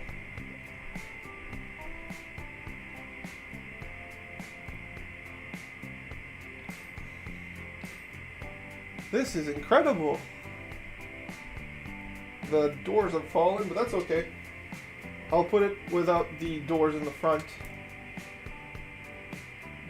How do I install this? I think I should have installed it before putting the shell on. Whoops. Whoops.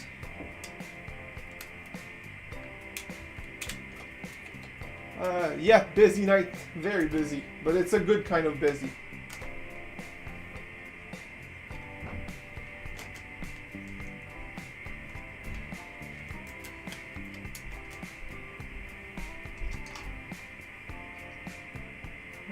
So, this clips here, I believe.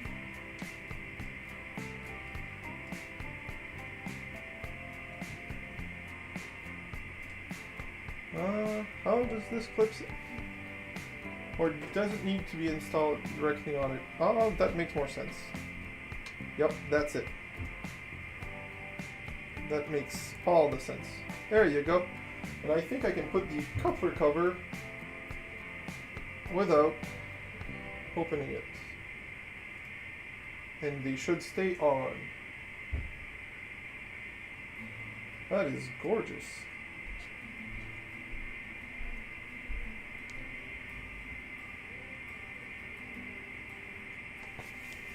If I don't drop it, it'll be fine.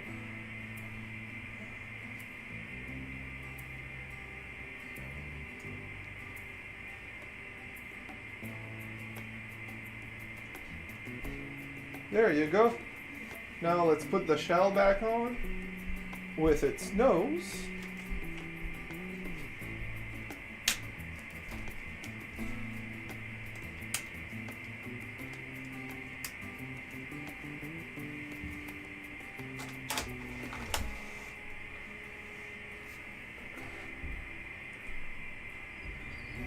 And it works great because it's a P2K, honestly. So I just noticed that it's a horn hook coupler. So instead of running the Via Rail cars, we'll run the CP Rail cars. Off colors, wrong cars, don't care. I'm gonna enjoy it. Honestly, a beautiful B&O car is gonna be how smooth, and it sounds so soft. That Bachmann is an amazing engine. I know you have for sale. I'm not selling any engine, Dougler. I don't know where you got that I was selling a local, because I am not. I am really not sure where you got that information from. And the 840CM is an N scale. I think... I'm not sure where you got that information. If there's a posting from me somewhere, let me know so I can take it down, because I'm not actually selling any locos. Hi, John Murphy.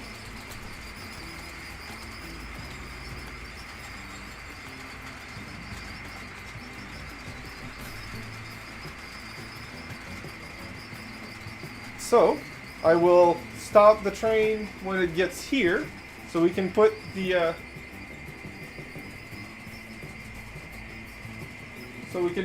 passenger cars behind it. Oh, something did not align properly in the front. Ah, there you go.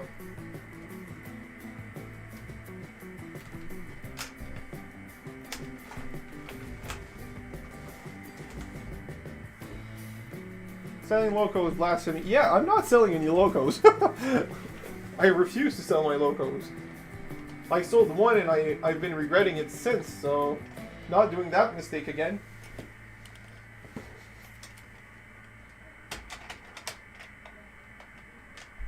So yeah, I know it's the wrong set of cars because I don't have the right one.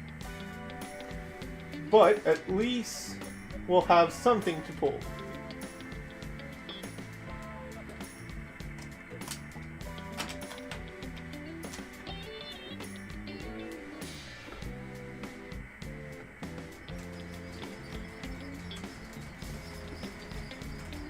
Also, the order will be wrong because of the way the coupler is installed.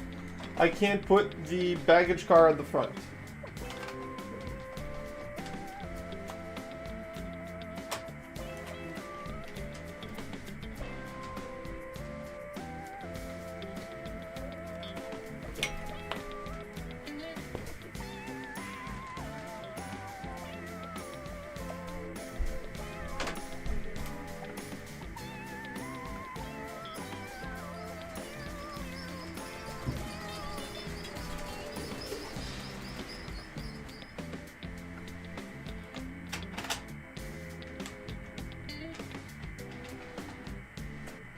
There you go.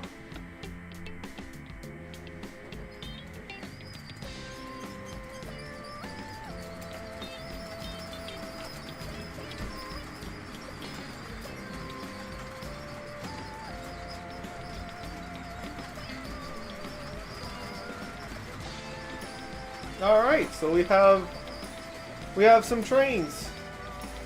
I'll be honest though, I'm a little worried about Jim. I feel bad for him. I really didn't want to cause trouble. We'll have to talk afterward, me and him. I might not last the stream as long because oh! Uncoupling! Uncoupling!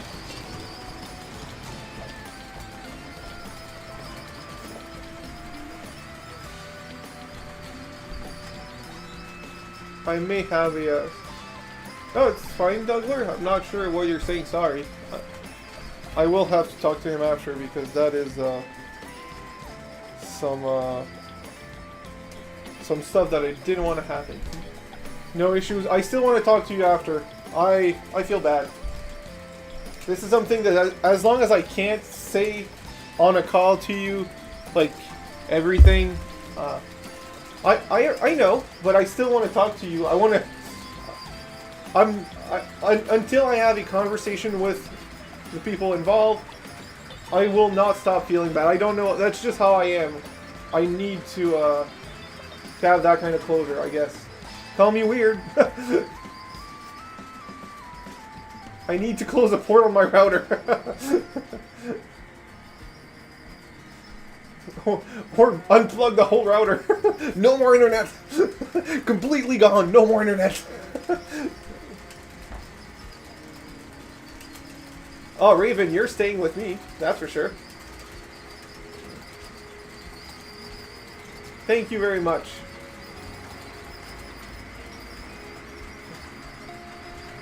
So I will follow the E8 because it uncoupled at somewhere, I think, not at its normal, but being horn hooks, it's more prone to uncouple, and I don't wanna blame the loco when I have a how do I say this, less than friendly area over there.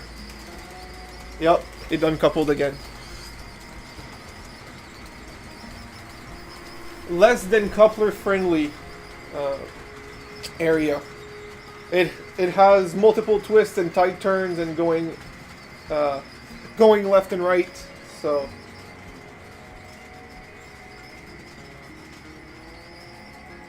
rough track is. Thank you, Speedy. Yeah. So I'm proud to say that my track isn't exactly rough. It's not super shaky or whatever. It's not the best, but it's not exactly rough. But I do have some, I'll put it that way, my tracks looks like a well-maintained but rough terrain shaped short line. Like there's lots of twists and turns and there's inclines and stuff like that. That is not easy on the couplers and on the whole train, actually, in fact. And for that reason, it can do that sometimes. Times to times, it can do that. Have coupler issues. And where I am in my... Yeah, like an old Milwaukee road. Thank you. Like at the point I am with this layout, I love it the way it is, too much to change it. And the problem right now, the problem that is happening is purely because the coupler, because it's a horn hook coupler. I just need to change it to Kevin. The other engine is not moving. Which engine? Because both are running right now.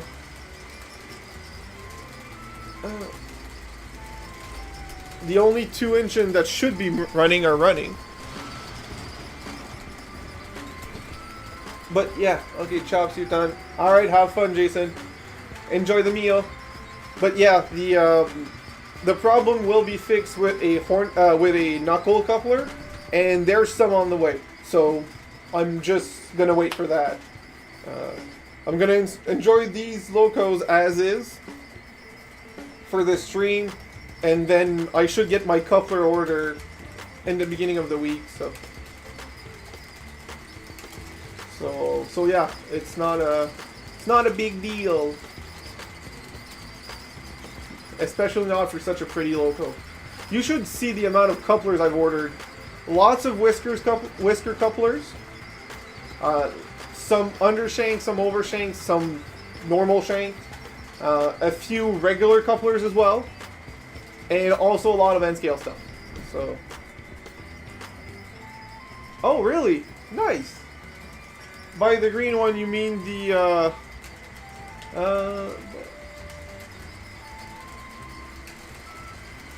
oh yeah, the NB Southern. I still haven't fixed it. I feel so bad now. I think I know what the issue is, and it's not a bad issue. It's just the wiring for the LED I added that is hitting the truck in the front. It's just glued there, so I need to take off the glue and redo it. I never took the time to do it, but we will run it. I don't want to promise you to run it, actually, since, you know, it's still technically broken. Coupler again. But, now, I don't think I'll run it tonight. I will show you, again, for those who don't know about it. but I don't, since the front truck is, it's not C's, it's really, I will show you on this camera, closer actually, the NB Southern, custom painted by someone else, and then sold to me for cheaper than I should have paid for it. Yes, it's a DC, an old Atlas. I added some painted details on, not pieces of details, but I painted some details on it. I'll wait till it's past. And I really love it, but unfortunately, front truck is pretty C's.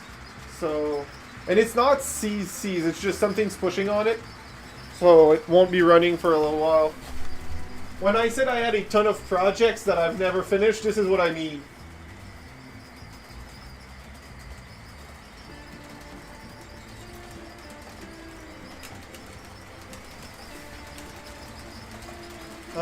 So, since my girlfriend is here, I will go ask her for permission to run her loco. But first I will stop the E-unit because I don't want a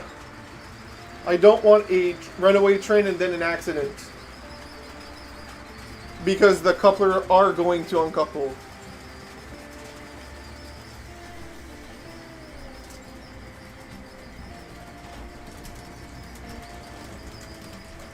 What? Okay, well that's strange though. You know what? I'll just park the cars.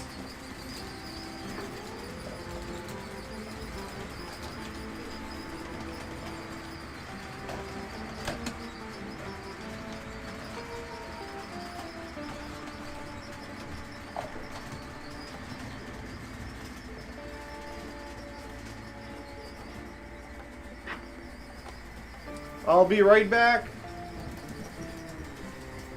So Dougler, mine is a less advanced version. He can run the two loops independently, meaning one can be one controller, one DC controller, the other one can be the other DC controller, or even better, one DC controller, one DCC. Mine is one entire connection, so it's either DC or DCC, and if it's DC, everything runs the same thing. So, for that reason, I would not say it's the same. It's a simpler version, similar to Dave's. I'll be right back. Give me 30 seconds.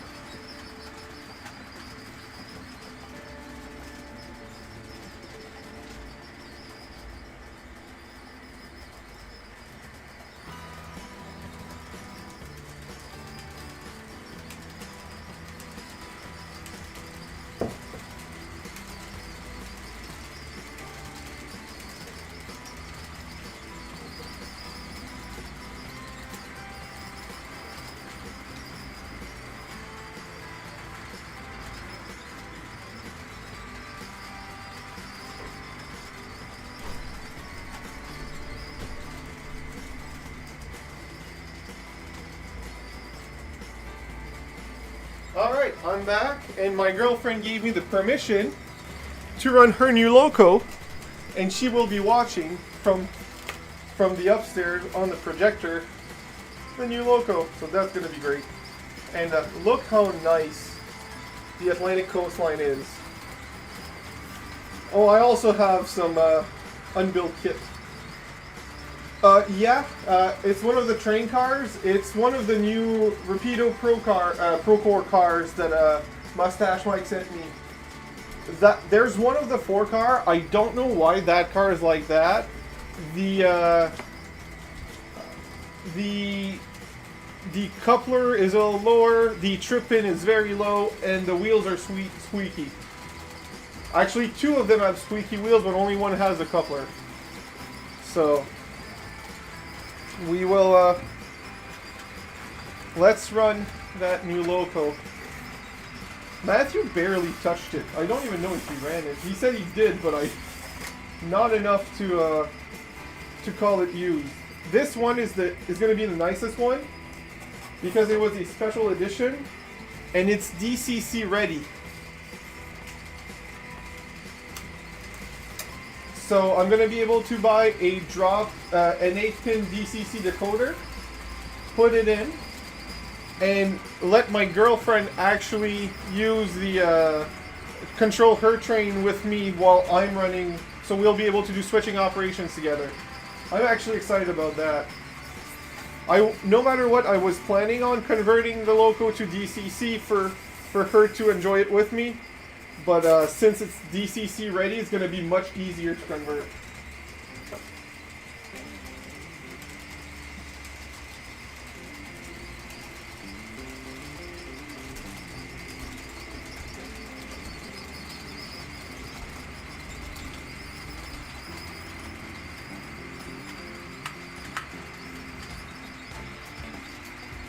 Look how good this looks.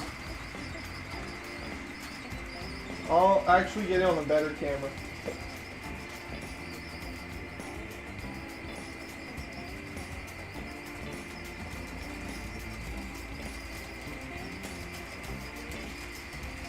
This is just gorgeous.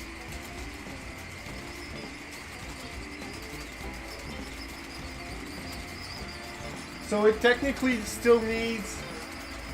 That needs a full screen view. Yes, this is an Alco. You are correct. All right, let's put them all on full screen. So slot cars and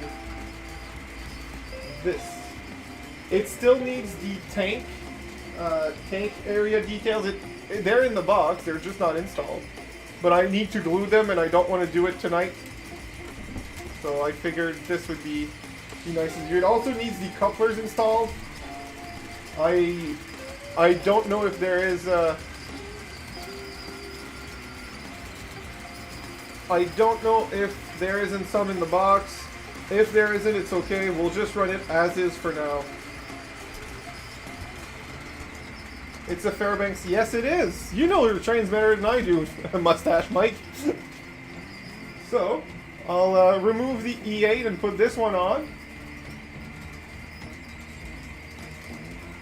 This Bachmann is a fantastic runner, by the way.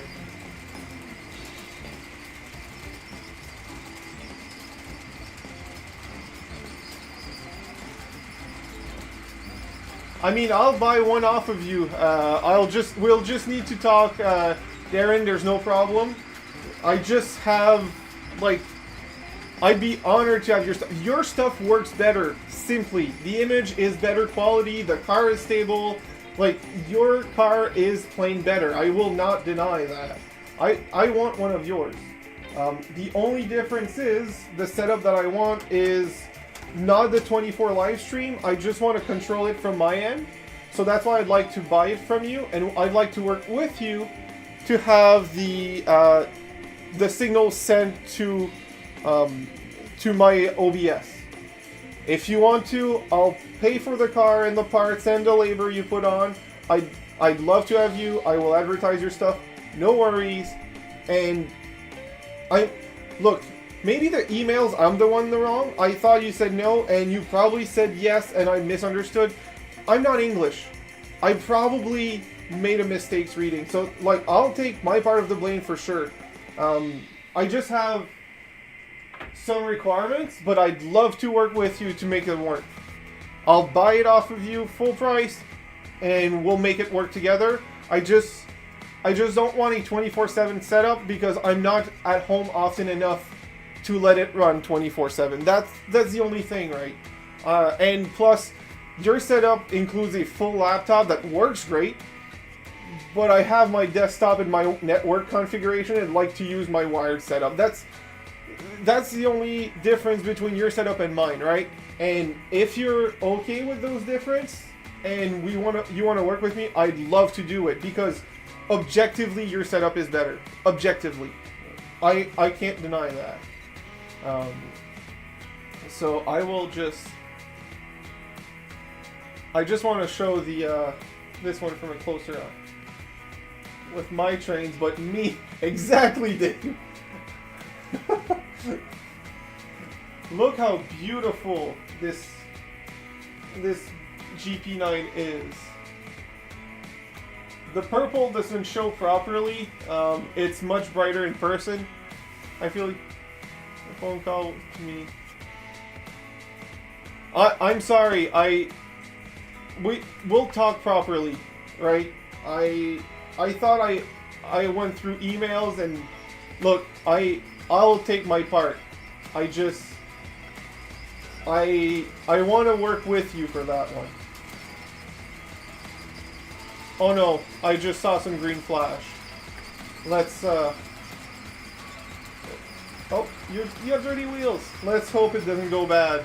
I don't want to have to reset the whole thing.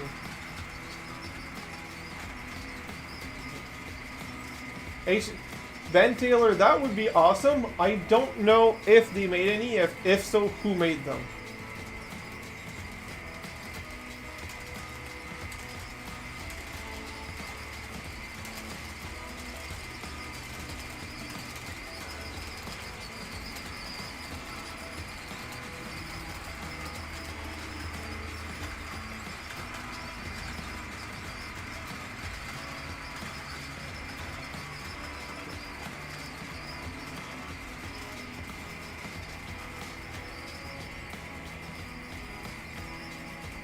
And by the way, the Atlantic coastline is coming back. It's just...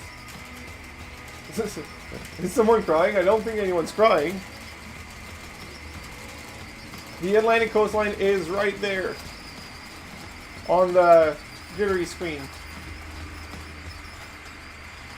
The Bachmann is really peppy. It doesn't take much power to go fast, actually.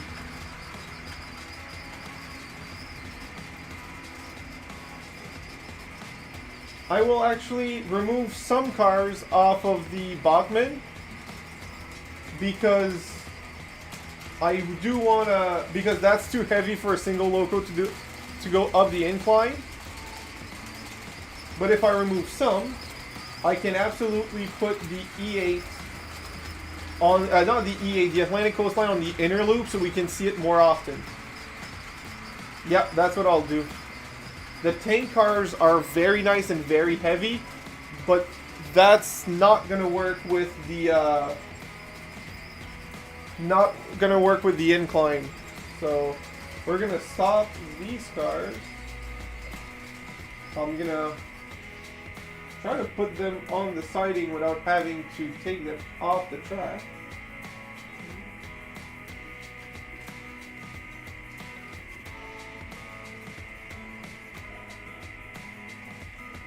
Let's hope they all fit.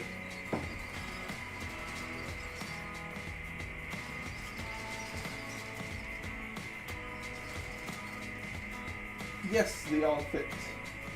It'll be a boxcar train. Whoops, I derailed. Oh, wrong track.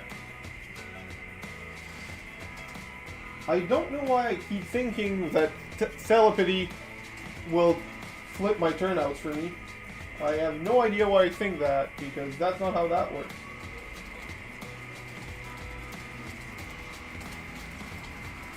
That Atlantic coastline loco is mwah. I'm glad the girlfriend loves it, but if she didn't, I'd keep it for myself.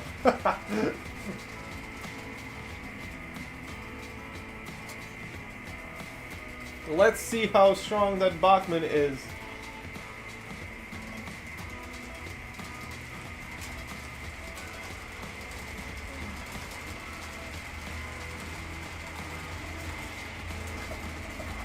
Let's see how good it is at pulling up a grade. Does anyone have any eBay sales at for whole cars, North Pole, Southern, or know of any? Coal cars, yeah, coal makes more sense. I was wondering what kind of holes you wanted. Hi, Ken. Micro tool kit to dismantle an iPhone. It'll be there tomorrow morning. Oh boy, we have some interesting stuff happening now. Oh boy. I'm curious about that one now. I don't see any reason why it wouldn't work, but I'm excited. It's gonna have a much better camera. Wow, it pulled all that by itself? That Bachmann is my strongest puller. That is incredible. Most trains spin or stop in the hell with half of these cars.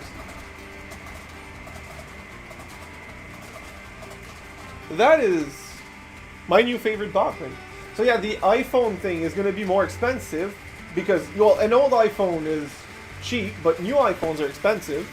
But the idea, that's a great idea, actually.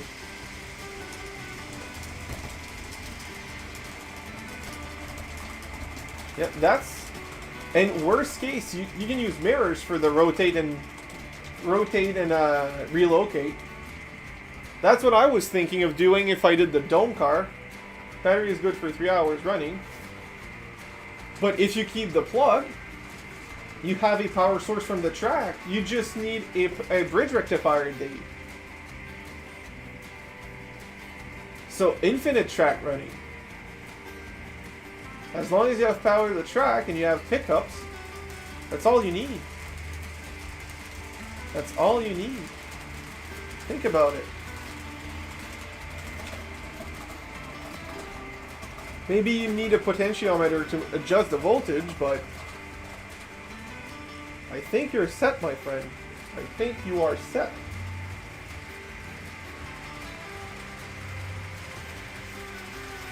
Depending on the voltage, that's correct, but then if you put a potentiometer and you set it at the right voltage, and you leave it there, would overheat after 3 hours anyway. Fair enough. Fair enough.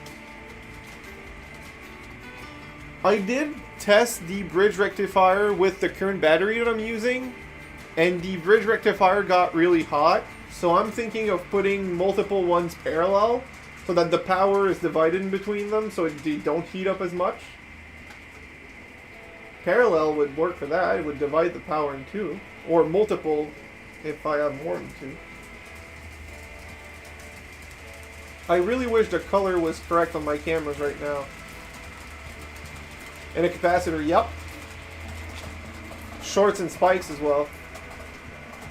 I really wish the colors were better because no camera has done proper justice to the beautiful purple of that one. It's something else. Like right now, the gray's correct, but the purple is too dark. Trying to see another angle. Thank you very much, Jordan.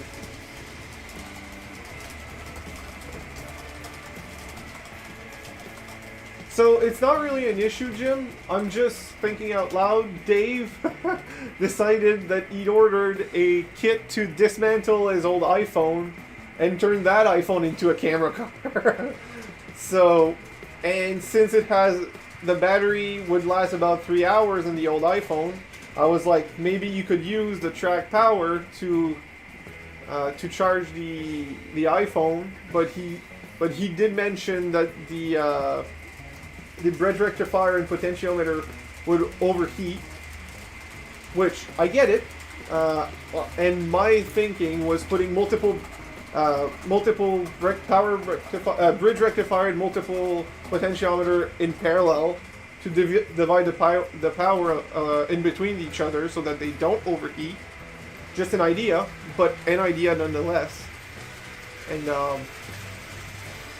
I mean, worst case, he needs to charge the car every so often. Best case scenario, it just works, right? I'm excited for the idea now. And voltage regulator, yep. So you see, all of that would work, and all of this started because I wanted OBS to pick up with a cheap camera. Well, it's not cheap in price, but it was cheap compared to the other models. Because I looked into Choo Choo Vision as well. I have 3 old iPhones. I can just swap them. Yeah, oh, that's an even better thing. You know what else? I have one right here, somewhere on the layout. Oh, right there. There's battery banks like this. It's a USB. find a very short USB thing, go from the battery bank to the phone. These can charge a phone twice or 3 times, two and a half times. Can charge a phone 2.5 times. It's the same size as a phone. So if you can fit one in the car with the iPhone, that would last like 9 hours. So if we're thinking that way, instead of dismantling 3 old iPhones, dismantle one and add that.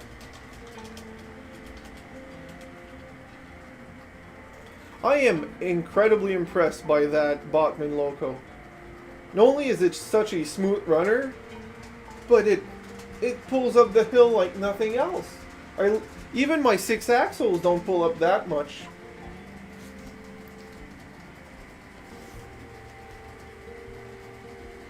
So, but yeah, that's where I'm at with that. And or to spin all 3 and make all 3 film cars. You could do 1 loco, 1 dome car, and 1 end of train car if you want to make 3. Or a caboose. Okay, I'm not gonna get it right. Yep, that one, that oh, I forget the name. I'm so bad with names, local names. It's written on this side. That Fairbanks one really got it right. So yeah, that's another thing. You could do it out of a caboose. That way it can look both ways. It looks from the cupola, so it's higher. Hi RWC. That could be a nice car to put a camera to.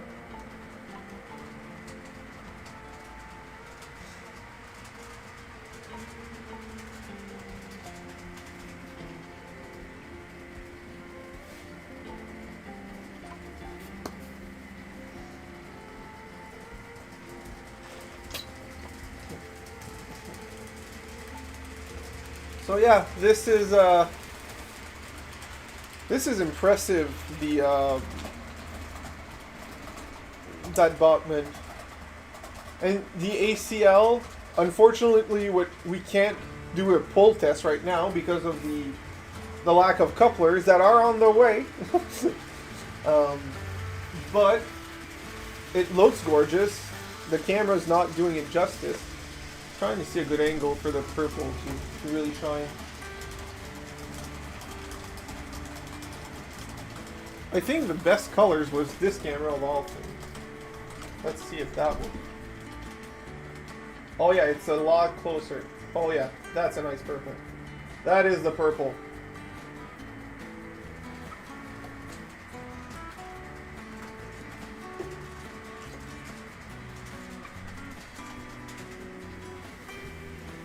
So yeah, that's just slightly higher. So yeah, that's the purple loco. I wish the cameras would get that purple right.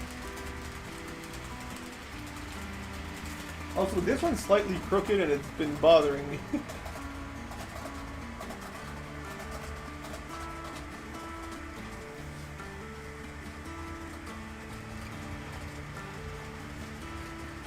Ben, your dad has great tastes.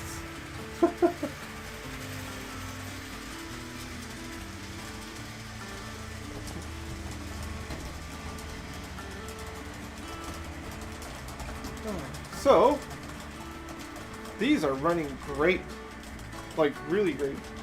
I'm going to compare the E8 to the Atlantic Coastline for speeds. If they're about the same speed, they'll be both on the same track so we can see them both. Where did I put? Oh, right there.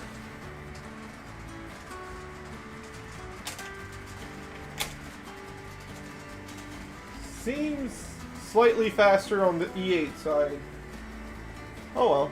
We'll see how long can we. How did you discover HO or N scale? So, to answer that question, I discovered them separately actually. Okay, now it's worse. There you go. And this needs to be out of the frame. Alright. So to answer your questions, because both have different answers, I first discovered HO as a kid where my uncle had a setup in his basement. Similar but different than mine. And he also had slot cars, so that's how I discovered that. And then I grew up with HO scale, loved HO scale. I saw a few display of N scale, but that was early 2000. It wasn't as nice as it is today. So I wasn't really into it. Then, well, I grew older. I got my own place, but it was a small apartment. And I wanted to get back into model trains, so I was like, you know what? Since I'm limited in space, nothing stops me from getting an N-scale loop and putting it on my, literally on my underwear drawer. I know it sounds weird, but that's where I had space for it. So that's what I used. I put a 2x4 sheet of plywood on top of my underwear drawer, and it worked great. And I started working on that. It expanded and expanded and expanded, and then I moved and it expanded again and expanded and shrunk, and it expanded, and I moved again, and now it's unfinished, a huge unfinished layout. And when I moved to my house, I wanted to get back into HO scale because I had some stuff, and each scale have certain trains that you can only get in their scale. So since I wanted specific things in either scale, I decided to keep both. Plus I wanted slot cars, so HO scale was a move. So that's how I've done. That's how I got both. And now I have two major projects and a smaller project that keeps piling on the projects on top of each other. So yeah. That sounds about right.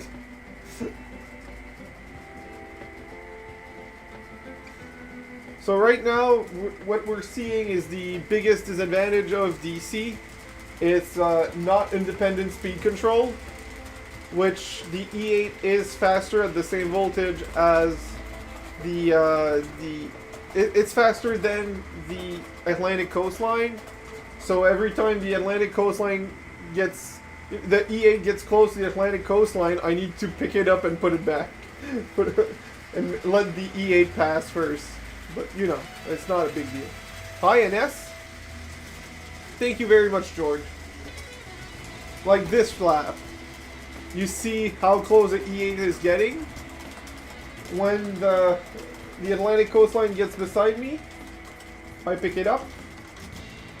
I let the E8 go. I put it down on the rerailer, and they're off to the races, where one is clearly winning. I get 2 or 3 laps out of this and then do it again. I think 3. Let's count it. Maybe 2. Vertical passing sighting. Yes, exactly. I do a regular passing sighting, but I don't have one set up where it is right now, so I'll do it this way. Yeah, I think it's 2 laps now when I think about it. Oh, that sounds good, Speedy. I actually got pizza earlier today. I'm not complaining. Oh yeah, Jason, I know Jay, I know exactly what you mean. I don't remember the name, but Tycho did it. It was a Tycho thing. They also made a slot car train or something. Yep, it's 2 lap out of this. Well, the Atlantic coastline has 2 laps, the E8 has 3. The cliffhanger. Turbo train, I believe. Something similar. Yeah, I don't know if that's the name, but if it isn't, it's close to it. Oh no, what's up, NS?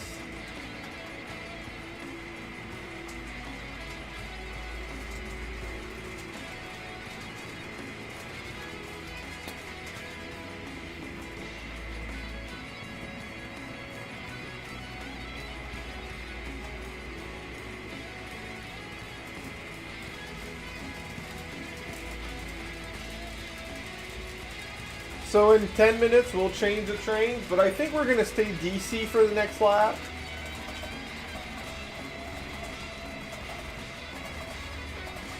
My Santa Fe Dash 8 fell off the lounge chart. Oh, I'm sorry. Oh, derailment. Wow, that was unexpected. That one has been running perfectly fine the entire time, so I don't know what happened. I guess it's a fluke.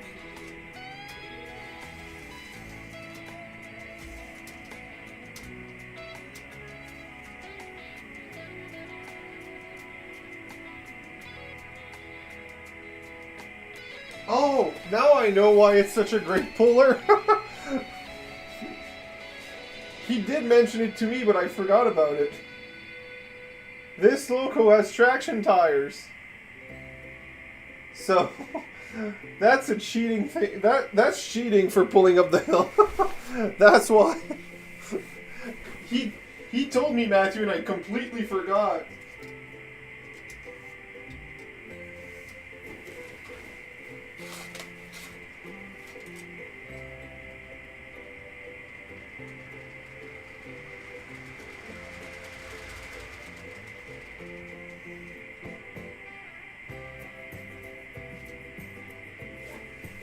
That explains why it's such a great puller. Will it be a multi-part video?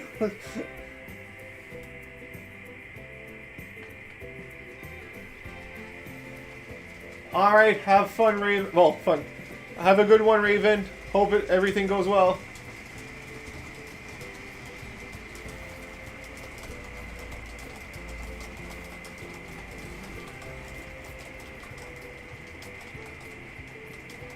I mean, it's better trying than not, because not trying... autocorrect, could you run something that almost never gets run on stream? You know, change it up a little. Yes, I can. I mean, currently is all new, so that's new, but I do have an idea in mind, something that never gets run on stream, simply because I never intended to run it on stream, but, we can always try. This is another one that Bachman got right. It's this little Burlington 70-tonner, I think. This one, I opened it up to clean everything inside, has metal gears in it.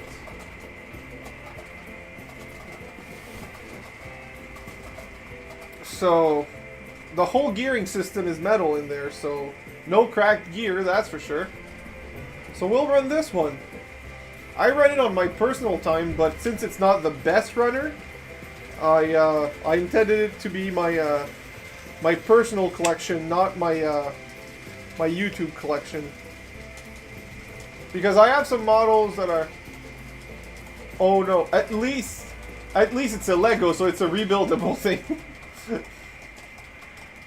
So yeah, I have some stuff that I call my personal collection and some stuff that I call the YouTube collection.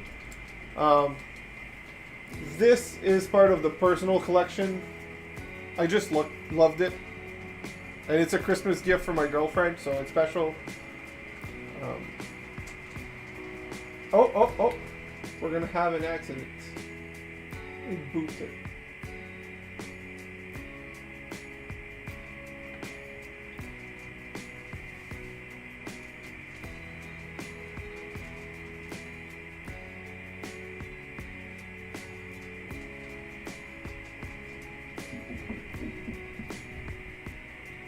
I got a Lego rose for Valentine's Day. Nice.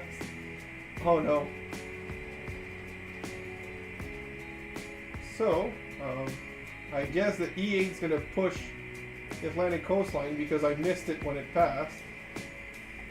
I think this would work. No, it's after the turnout. Shoot. No, it's on that turnout. So, there you go. Come on, you can do this. There you go. Also, I've changed the leaf. Cherry blossoms either.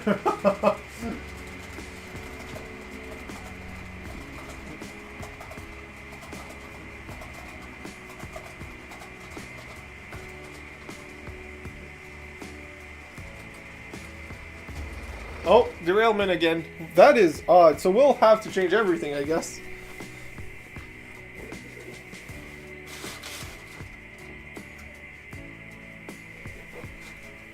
I think there's a bump in the track there. Oh no, I just saw a green... No, don't be like that, camera. Please don't stop being problematic tonight.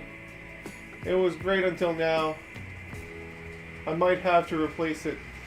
Before replacing it, I will switch to Linux on this computer. And,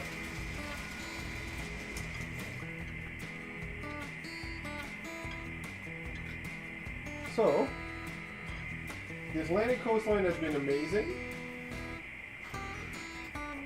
The E8 has been amazing, but we'll run this little guy for a little while.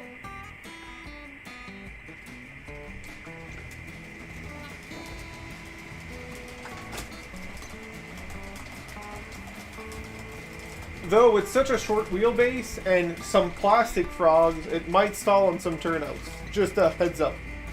If it does, just let me know. I think it's running at the same speed as the E8, actually. That's a good thing to check, Dave.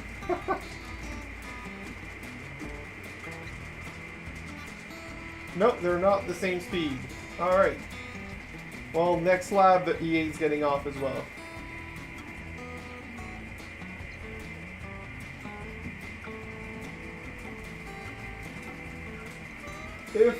If they're both slower than the E8, they might be able to run together. Well, not together, but...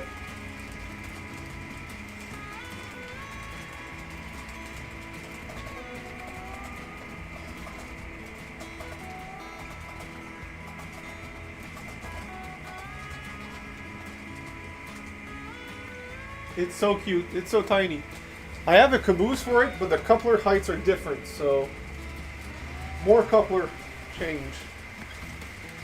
So, E8, gorgeous, but needs to be changed.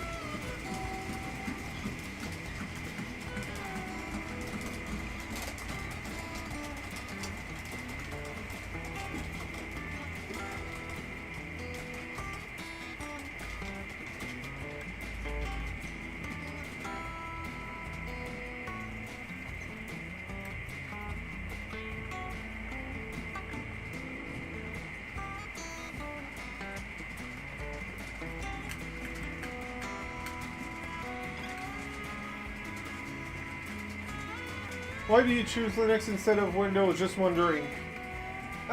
Well, I really don't like Windows 11 the way it's made. I'm used to Linux because before I didn't have the money to buy Windows licenses, so Linux was free. And, well, it just works. Nowadays, it just works better because it's less hard on your hardware. When your computer is not the fastest, you put Linux on it and it goes much faster. And nowadays the softwares are a lot more compatible on Linux than they used to be, so it's not as big of a problem to run Linux on your computer.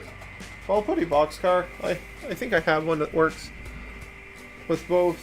I think this one works with both. So plus there's some settings on OBS on Linux that don't exist on Windows somehow.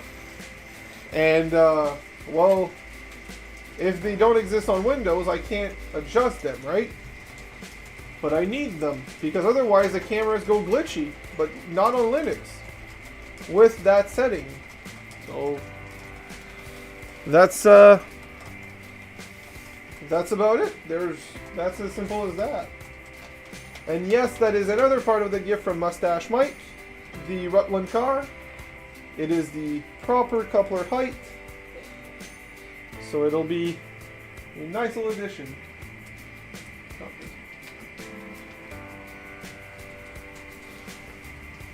I don't know why. I don't have a specific reason.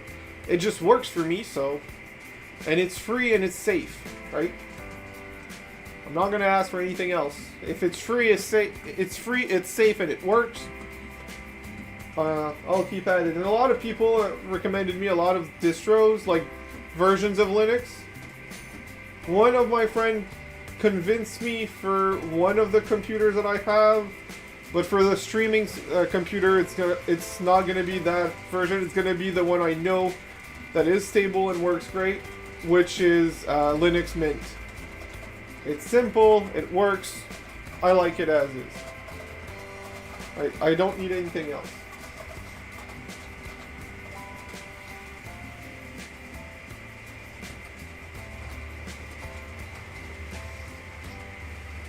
Well, close to 100 subs.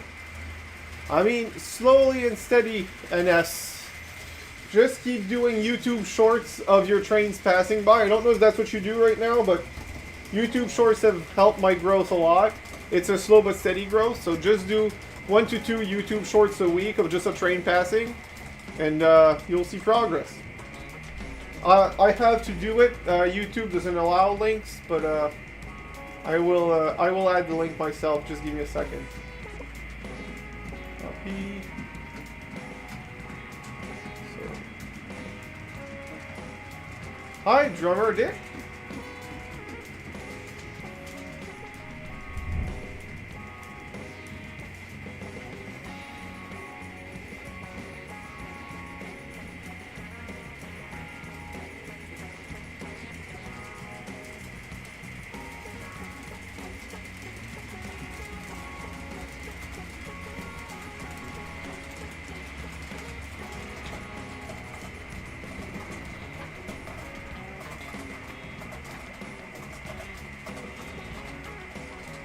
Thank you, Jim. I I guess I skipped the part.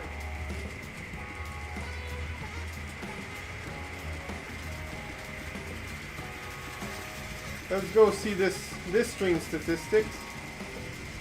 Oh, channel. The fastest in the West, actually in the East.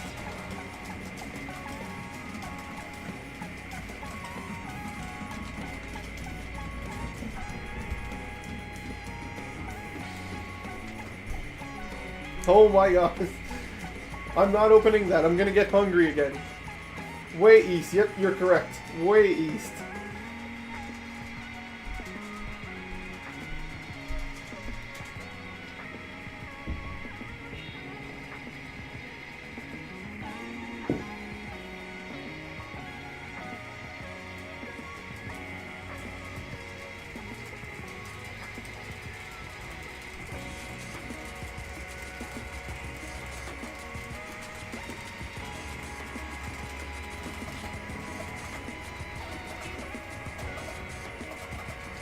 I break the NMRE coupler rules that I'm on the list. I break. Oh, yeah. I'm not in the extra half hour, but there is such a thing. Yes, it's a weird and crazy thing to think about it because it was so on the line in between the two time zones that they just decided, screw it, let's do half hour. It's a funny thing. It's really funny, actually. I think it is, anyways. CNS, it's good to be on YouTube with us.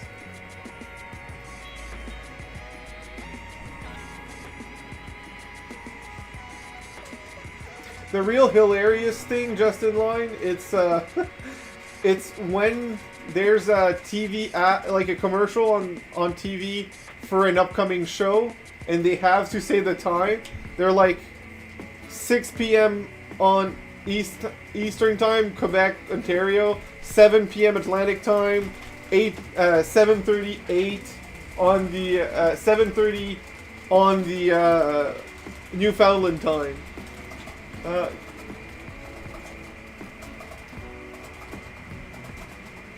Thank you very much. Yeah, I really worked to get that look in. It was it was something that I actually, like, how do I say this properly? I really wanted that effect, and I really wanted and I really planned it out to make that happen.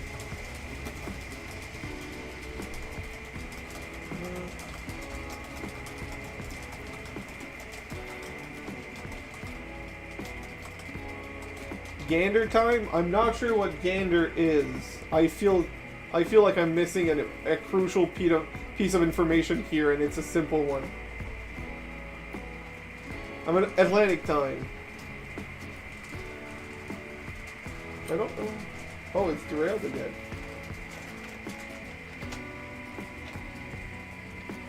And that derailment was caused by the caboose, not by the car itself. Interesting. Probably that's my problem, Jason. I'm not an aviation nerd. The only aviation thing I have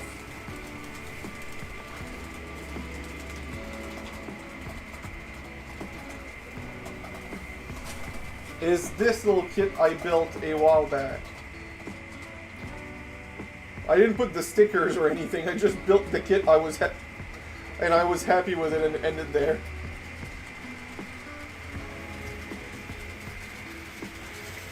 This right now is just off to the side on the shelf, but once the layout is more complete, I intend to put that above a lake or a river or something.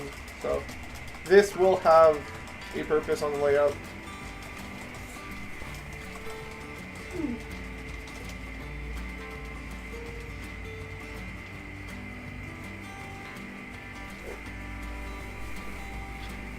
So it's 11.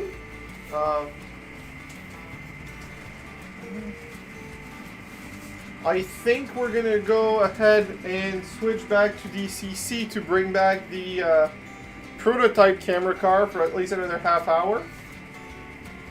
And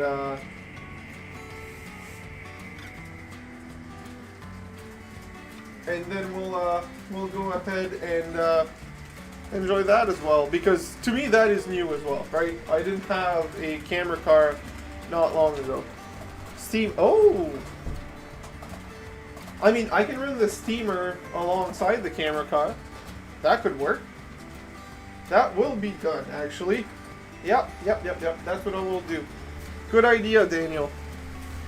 I'll go get the stuff ready for the camera car.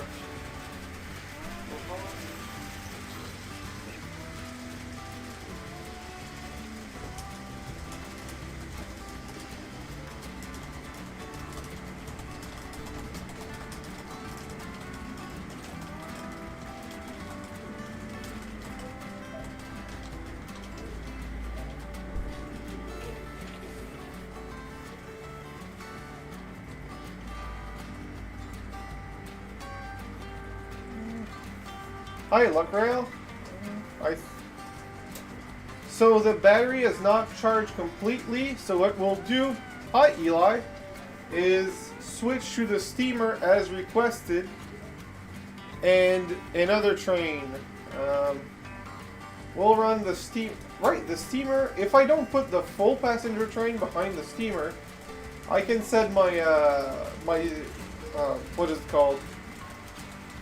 The zebra stripe on the inside loop. So let's put the zebra stripe on the inside loop and the steamer with a shorter train on the outside loop. Oh, my mission life to rebuild the best camera car. Jim, this is where I'm gonna throw a caveat to your plan. I want the best bang for your buck. I don't want the best car in the world, just the best bang for the buck. And Darren, yes I can, and I already have multiple SSIDs. So we could do... I already have a router and the regular modem. The router is for all my stuff and the regular modem is just for passing internet. I can get another router myself at the... They're always on clearance at at the... What is it called? Oh, what's the name? At Staples. So I can get another one. Or I think it has multiple SSIDs. It has multiple antenna. I think I can make multiple SSIDs on that. So we'll work out that. But yeah.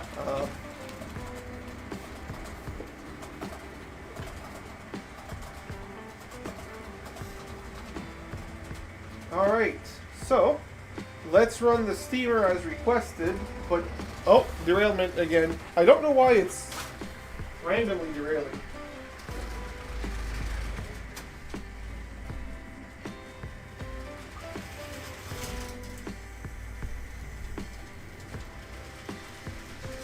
Yeah, so the steamer is requested, and the steamer has requested, and what did I say for the inside? Oh yeah, the zebra stripe. Is Josh still here? I think he left earlier, didn't he? He would have loved the zebra stripe.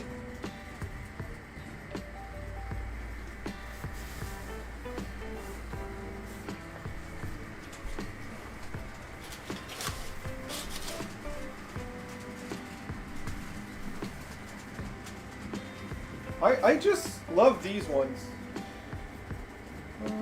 Camera chains are.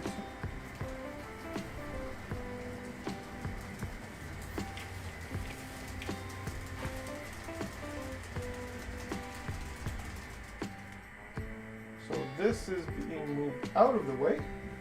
I'm getting more and more trains that I don't have enough space to put them all to the side. Whoops. Best problem ever. Am I right?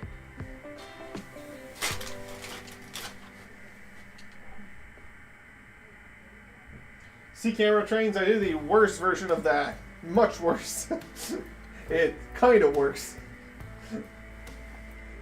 Well, it works, but has a lot of glitches.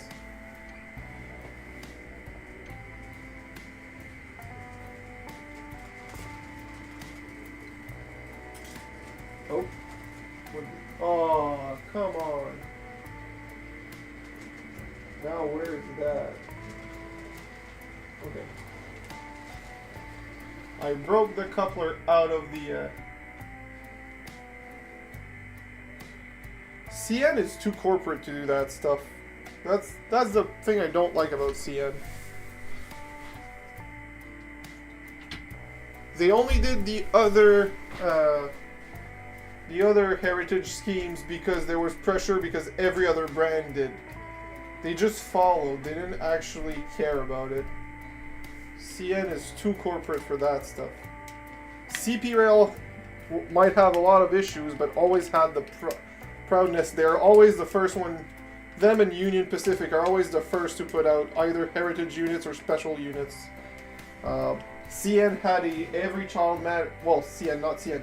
CP Rail has an every child matters in memory of all the children that were unfortunately really badly treated in by the Canadian stuff that happened in the past. I don't like to talk about it, but there were some very bad things that happened before, and some children were treated badly just because of who their parents were, and so yeah, they painted a locomotive Every Child Matters, and it looks really good. And honestly, it's great to see companies that care enough to spend extra money to paint that.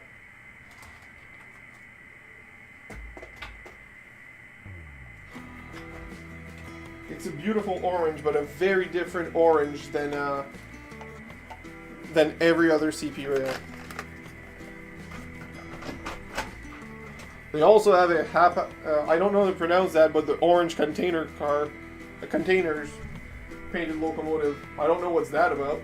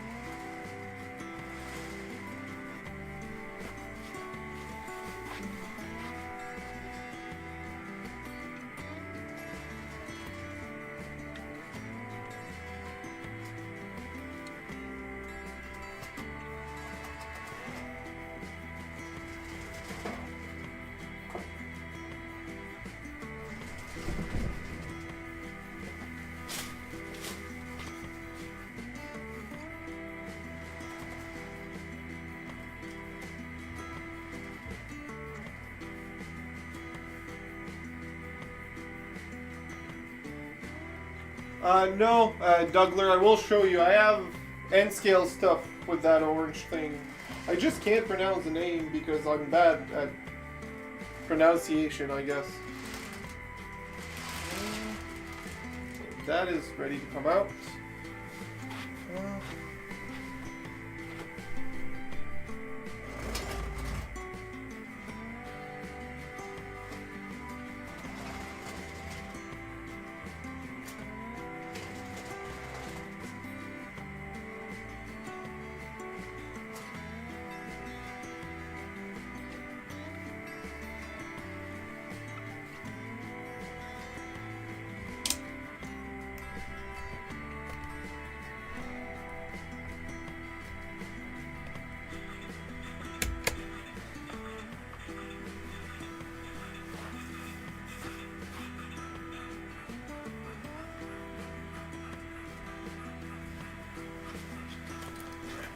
This brand.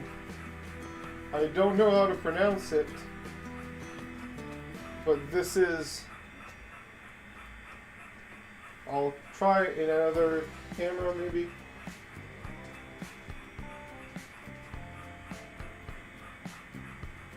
Focus, yeah, they don't have autofocus, and I have enough slider problems that I really don't want to get into those settings. Well, the containers are N scale, yeah.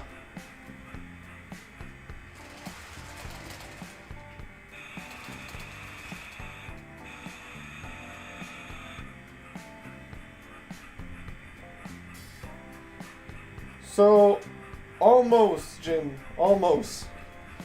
There's no G, well, there's only the last G in the first word, and there's 2 L, whoops, wrong, 2 L at the at Lloyd. I don't know where the spelling is from, but...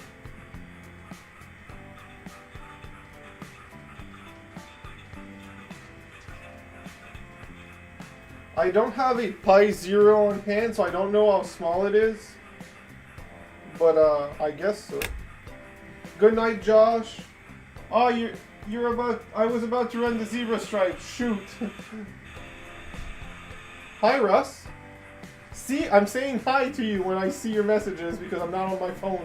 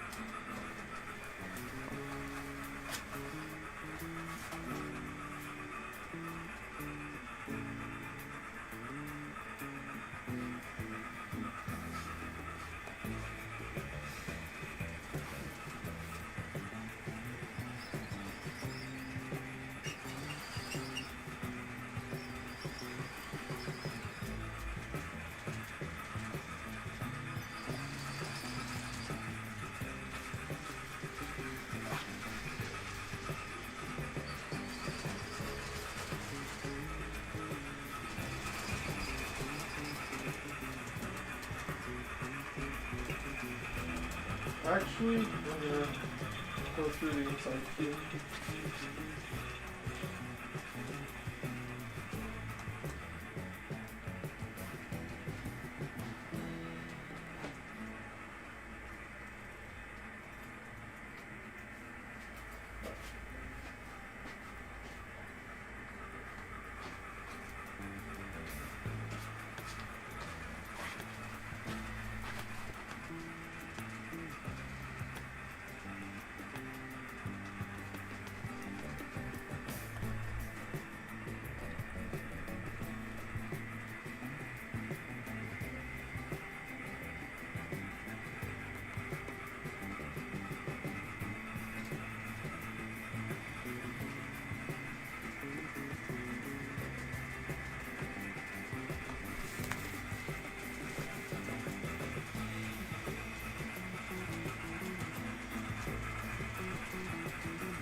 Happy Valentine's to you too, Russ.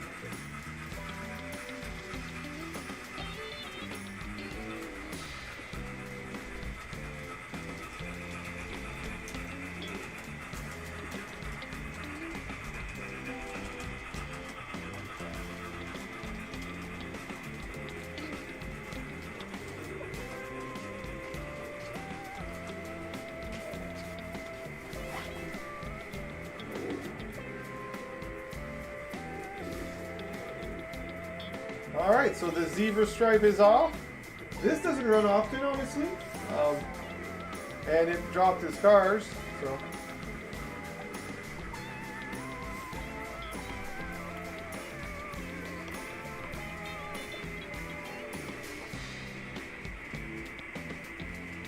I really need those couplers that are in the mail. I really need them.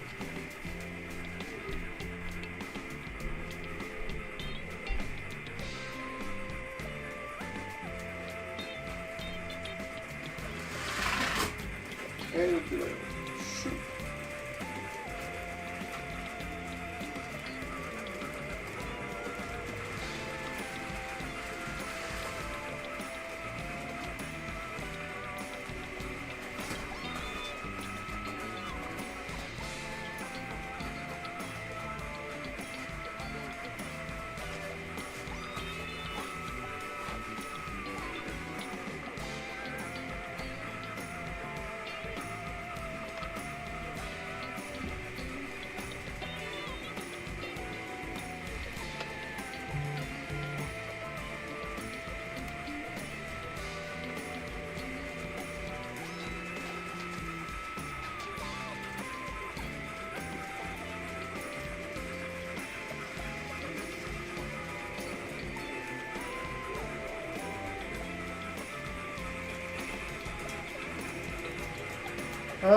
Is that CP Rail Potman scheme on a tank car that's cursed?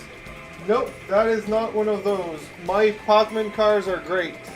And technically the tank car here is not the cursed one. It's literally every coupler's around it. The tank car is fine. It's the car in front of it that is not.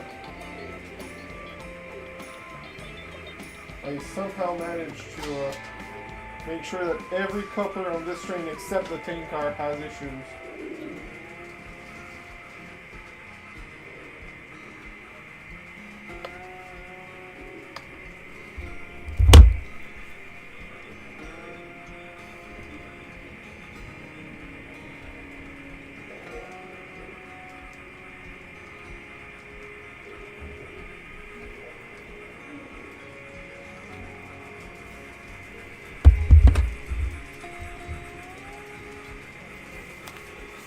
Alright, let's hope it holds now.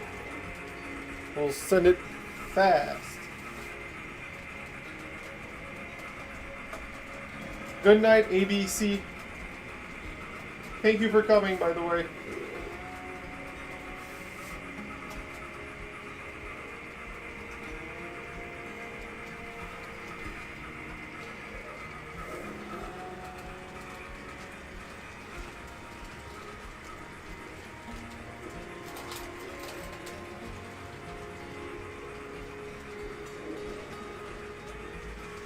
No! Stop! I could have dropped my persona.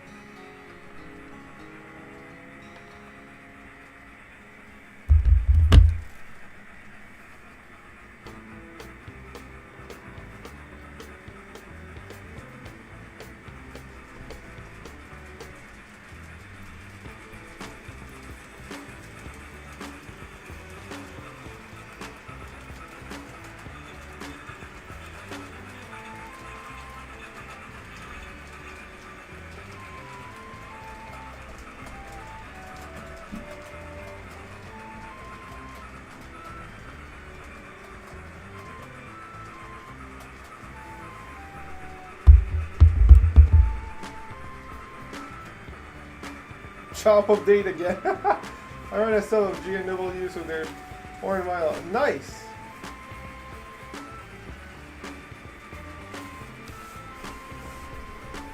And that makes sense. We all need to do that at least twice a day, right? That's what my dentist tells me. Twice a day. Alright, there's another thing we can do.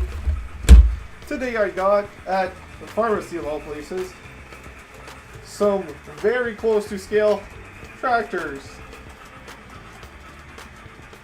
So these could be put on a flat car and be transported around. Because somehow the pharmacy of all places has close to scale tractors. I don't know why or how, but they did. So they will be put on the layout. Oh, it's slipping. Yeah, farm tractors. Again, of all places, they're actually really nice too. Like, pretty detailed, interior and everything. And yeah, they're big, but farm tractors are big. So, it's not unrealistic.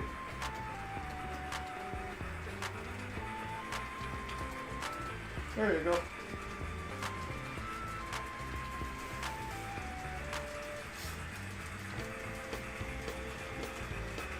If they're rolling around on the car, I should probably put some wheel stoppers, but you know.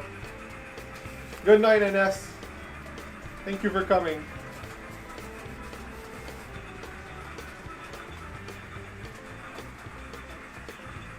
Do I have anything I could put that would work as wheel stoppers? Because they roll around a lot. I have some railroad ties. I guess that could work.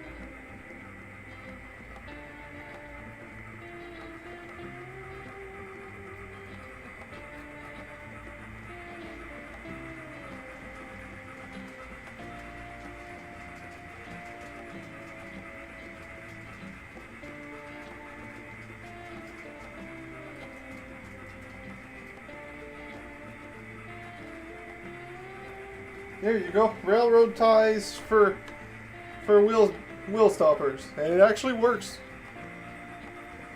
I didn't know if they'd be heavy enough, but apparently that's all it needed. That's quite nice. Of course, that train blocked the view, but you'll see it on the next camera.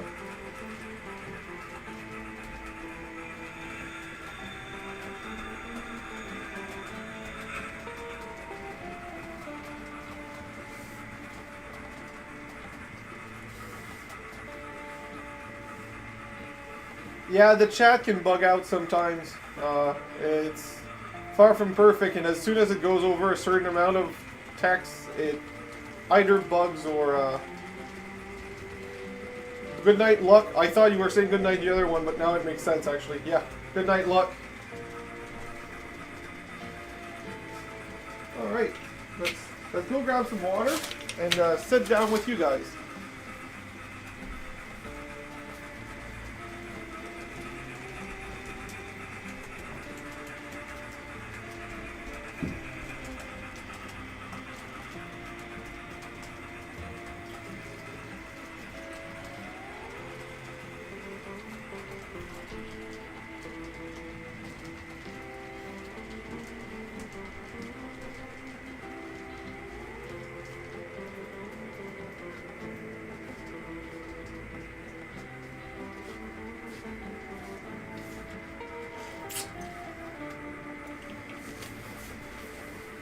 Oh, okay. Well, then stay on.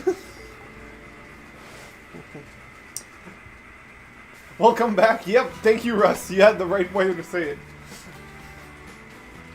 You need a drink? Get a strong one.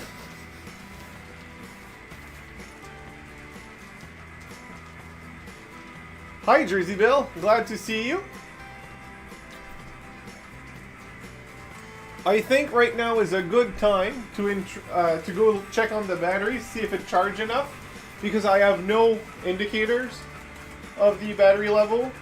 Let's go see about that. It's still okay.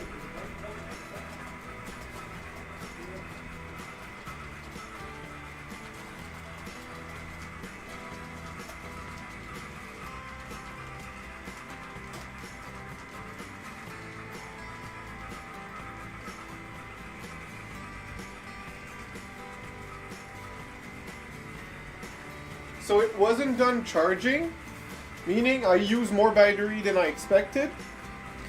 We won't do it for long, but I still want to run it a little bit for so Jersey Bill can see it. And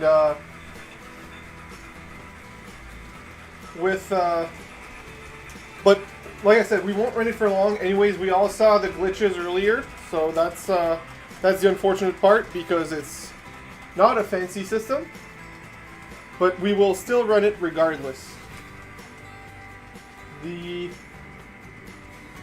Honestly, I like the Steam, but I want to keep the zebra stripes on.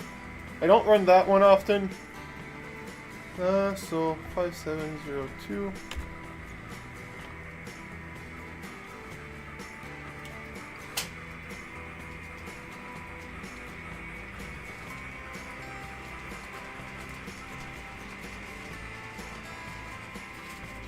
Oh, right, the power is off over there.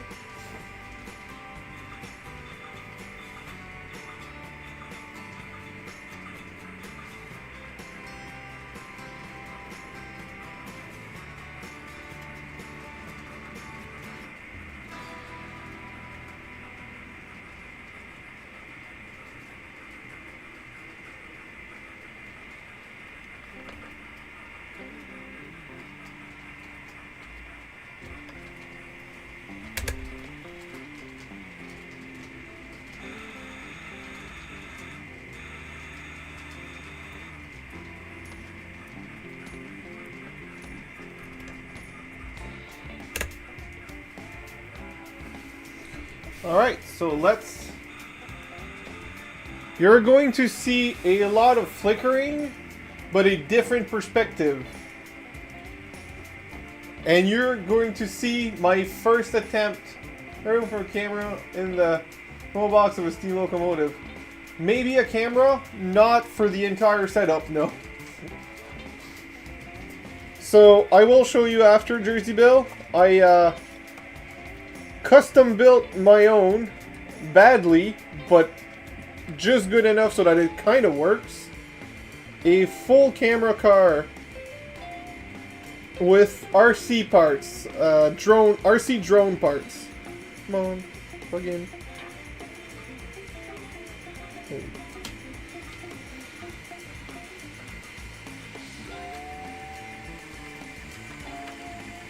Built with love and lack of knowledge.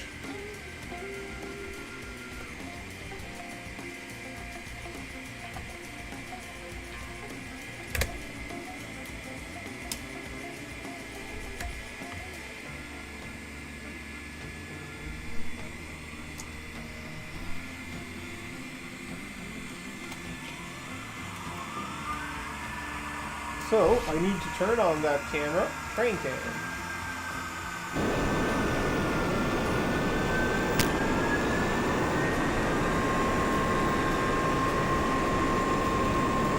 Thank you.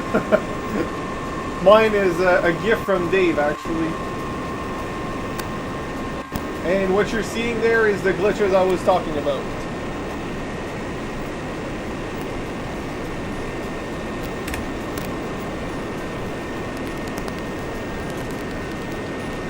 No, I didn't hear it. Nice.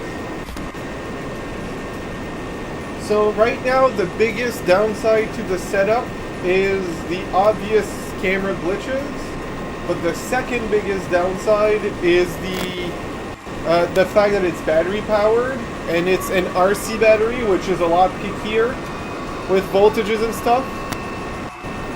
So I can't run it for long, and I have no indication of a low battery, and if it goes too low, it won't charge. So that's why I'm not going to run it for long.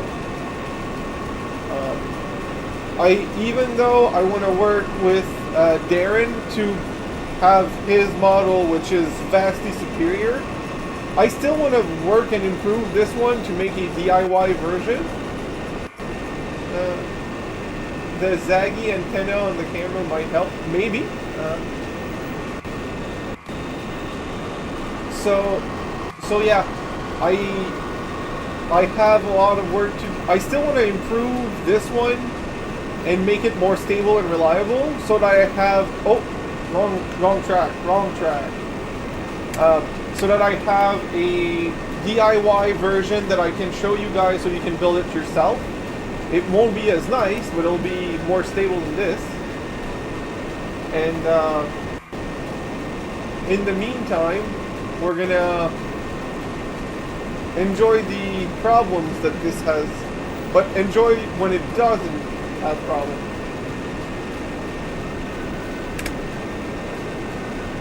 Actually, let's back it up a little bit more. I want to see the switch flip.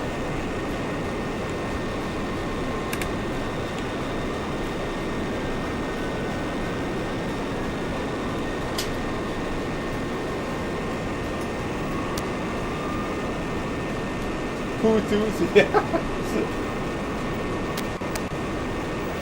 So yeah, it's really not as great as other people, but at least there's a proof of concept and it's home built, so I'm very happy with that. And it's not running through Wi-Fi; it's its own signal system, so it's analog and it's different. So I just wanted to try it. I really wanted. It was an attempt at something.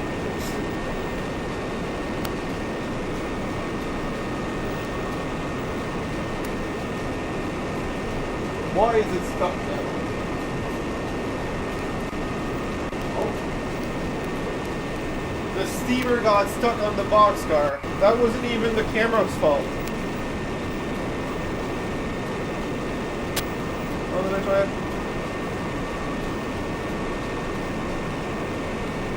Yep. Well, again, Darren, I want to have a full, proper conversation when we can explain, like, everything so that we really understand, like, each other. I just don't want any misunderstanding as we had.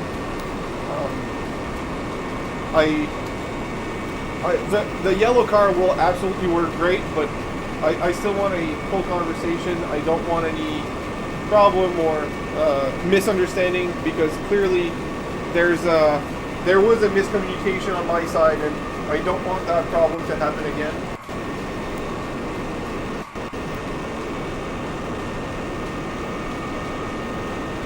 And I do not intend to steal your idea. The constant live stream and remote control, that is your idea. That is yours. I just wanted a different perspective for my live streams.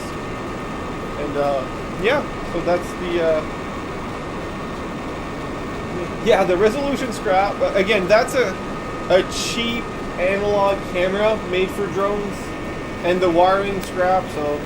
it's really nowhere near the quality of other people's. It was just a see if I can build it for reasonably cheap on Amazon, and there's some easy upgrades to this one that are very cheap as well that I can do. I just received it today, so that was a one-day project. But you know, there's potential there. So if I can make a DIY that I can show people how to do it, that is more reliable than this, I will absolutely recommend it, but I want to make something that is a lot more reliable. The resolution isn't as bad as you like. It's really not great, but I'm okay with a lower resolution if it's much cheaper, as long as the colors aren't too bad. And you know what? They could be much worse. And you can correct the colors in OBS, but it's really signal and image stability that I'm looking for with good frame rate. It has a good frame rate, but it doesn't have image stability whatsoever, so I really want to improve that before anything. Yeah, that also tells, being the corner of the screen. If it was full, I'll show you guys full screen. Right there. When the signal comes back, because that is also a big problem with this, you can really see how low the resolution is. Still looks cool. Still a very different perspective. But it feels like something I would have seen back in, you know, 2002. You expected this quality in 2002. Not like on a model train in 2002, not today. But proof of concept.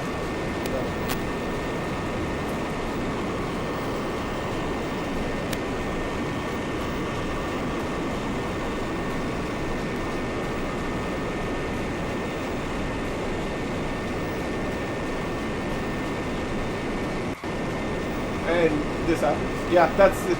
Like I said, the biggest thing is signal stability, and as I explained earlier, the signal wire is very flaky between the sender and the camera.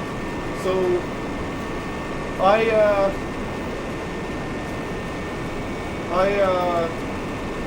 I'm playing with the wire and the signal changes, right? Of course, just because I'm saying it, it's not changing, but and the colors are all off, of course. But normally, it would be, like I said, the wiring is flaky, and that's the stock wires.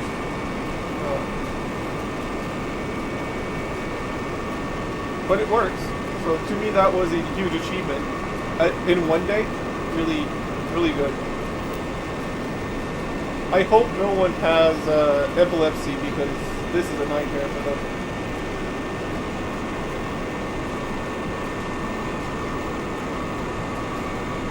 Sci-fi move.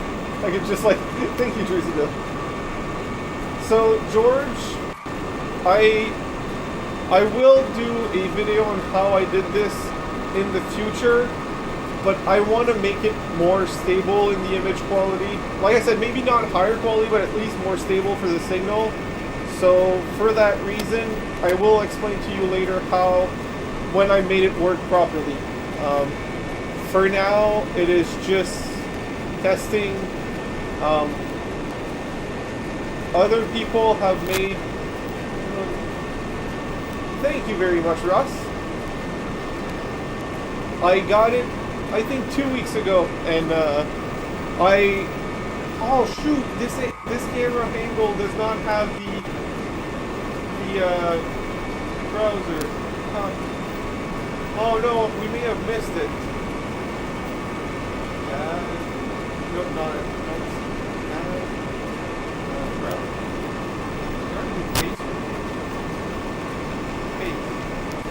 Oh, yeah, it should work. So I don't know if it'll appear because it's been a little while, but I do have the pop-ups normally. It's just the angle I forgot to add it. So we'll do one last lap before I stop that car. Like I said, the battery, I don't know how charged it is. It did charge for a while, but I don't know how low it went, and there's no controller to warn me when the battery gets low enough to not charge. So I don't want to break it. But I do think that this is there's potential to this. So George, you're correct. Except where I live, the GoPro is a lot more expensive than this, and sharing the GoPro feed from a computer is a little bit more intricate. This shows up as a webcam on my laptop, so it's much easier on OBS. There's a lot of better solutions for this for personal use. It's just for live streams, because you need to input in OBS, there's some limitations that can be fixed, that cannot be used. Like GoPros, you need to go through the app, which doesn't work with OBS. There's what else? The micro security cameras have their own apps as well, so that doesn't work. There's a lot of kind of limitation on the net. To help make your list, give me a picture and I'll do it. See, it works. It worked this time, but your name did not show up for whatever reason, Jersey Bill. That is odd. Oh, right, that list. Oh my god, I completely forgot. I will email you pictures, Jersey Bill. It's going to be easier if you want to make one of all my HO scale rolling stock, and the N scale one will have to wait. Unfortunately, those character limitations are not limited by me, but by YouTube. So I hope you enjoyed Russ and Jersey Bill, since you guys weren't there. You enjoyed the layout tour on the camera system. I need to figure out a better way a better signal, but at least we have a proof of concept.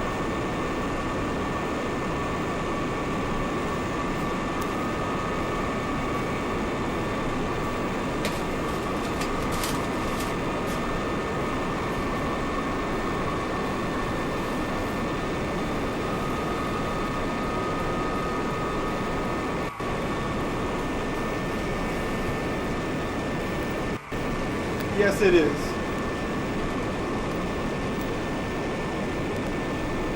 Yeah, exactly. You guys did see it first.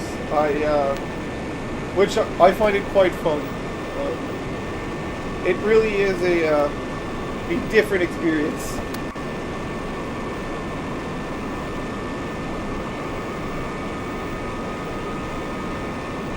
Happy Valentine's Day, Gene. You know what? Because Eugene wasn't here, an extra lap of a flickery mess. Let me know what you need for 3D design kit. Honestly, the first step, we'll need to figure out which car I'm going to use for this. This is going to be a sitting and talking between each other jib for that one. We will need to design this together. The camera mount is going to be simple because there's screws behind it. The emitter mount is going to be easy as well because there is screw holes and there is the fan itself, so that's going to be pretty easy. The fan needs air to flow. I think it's Sparky that had that. Right? Wait, the cab cam has. Wait, does the train cam... Oh! Oh my god! I didn't even know the cam had a microphone. You guys have been hearing it the entire time and I never heard that. Wow. I'll leave it on, but I'll make it a lot lower.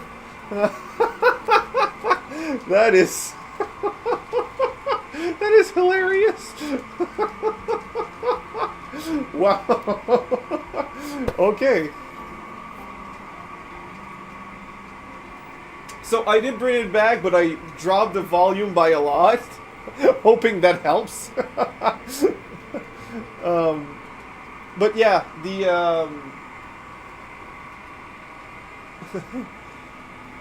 so since you guys hear the fan, all I'm thinking now is the camera car needs to go in a bullet train or an Acela. You know, an electric train that works great. I thought it would be cool.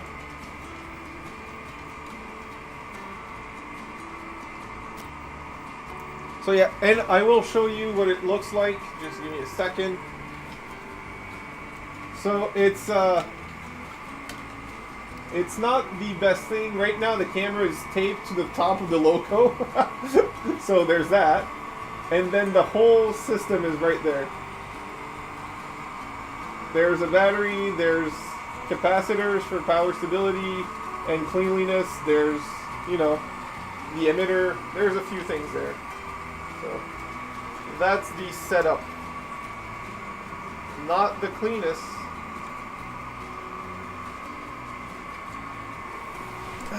Oh, that's too high.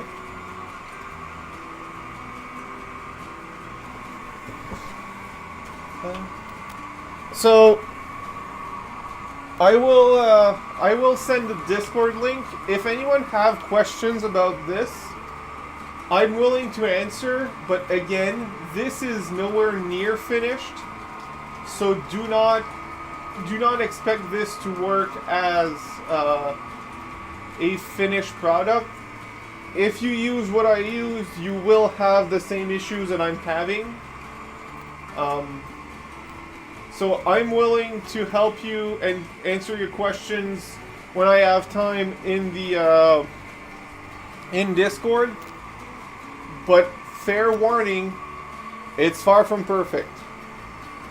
And I will have to be honest as well.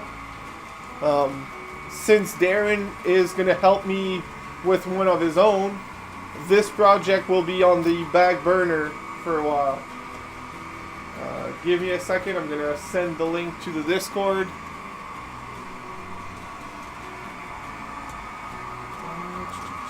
Discord, add people. Oh, right.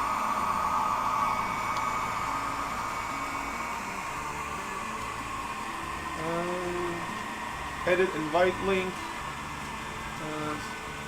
7 days, no limit. Members.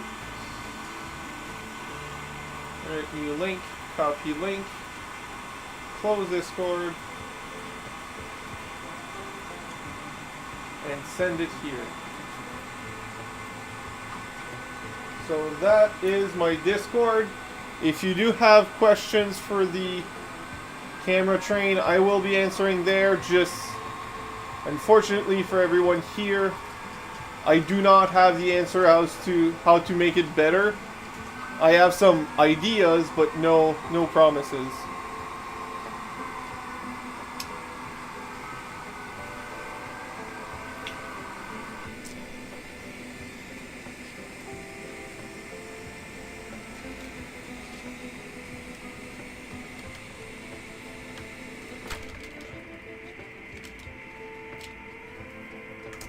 Alright, so that's disconnected. Let's go back to regular screens and turn off the train cam.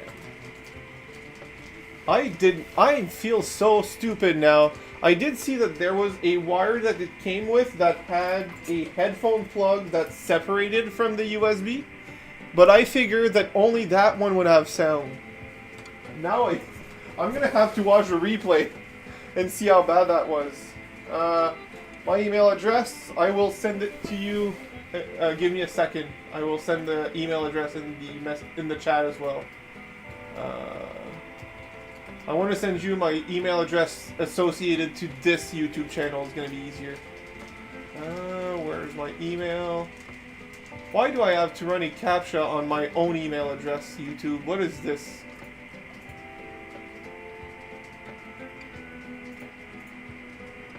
Stop with the CAPTCHA! Thank you. Oh, God. Submit. There you go. No, I don't want it. Copy. Paste as plain text. There you go. Send. So this is the email related to my channel, and communicate on me there. I did receive an email from you before, so it should go through. Let me just go plug the battery back in.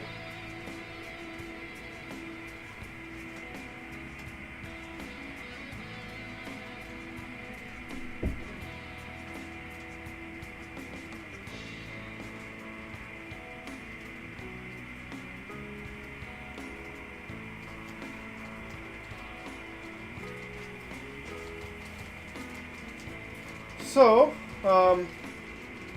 it's already midnight. I think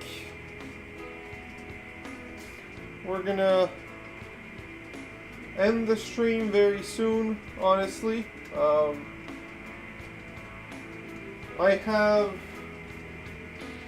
just tired, honestly, from my week work. It has been very busy at work. Busy at work and busy with the projects. So, if people don't mind, since I will end at midnight my time, so 11 at Daniel's time. I will wish everyone a good night. I know it's abrupt. I wanted to end at midnight, and it is midnight. It came up quick. It came up quicker than I expected. I hope everyone enjoyed the stream.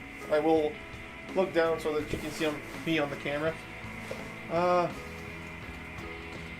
will wish good night and have a great week to everyone. I'm happy everyone came about.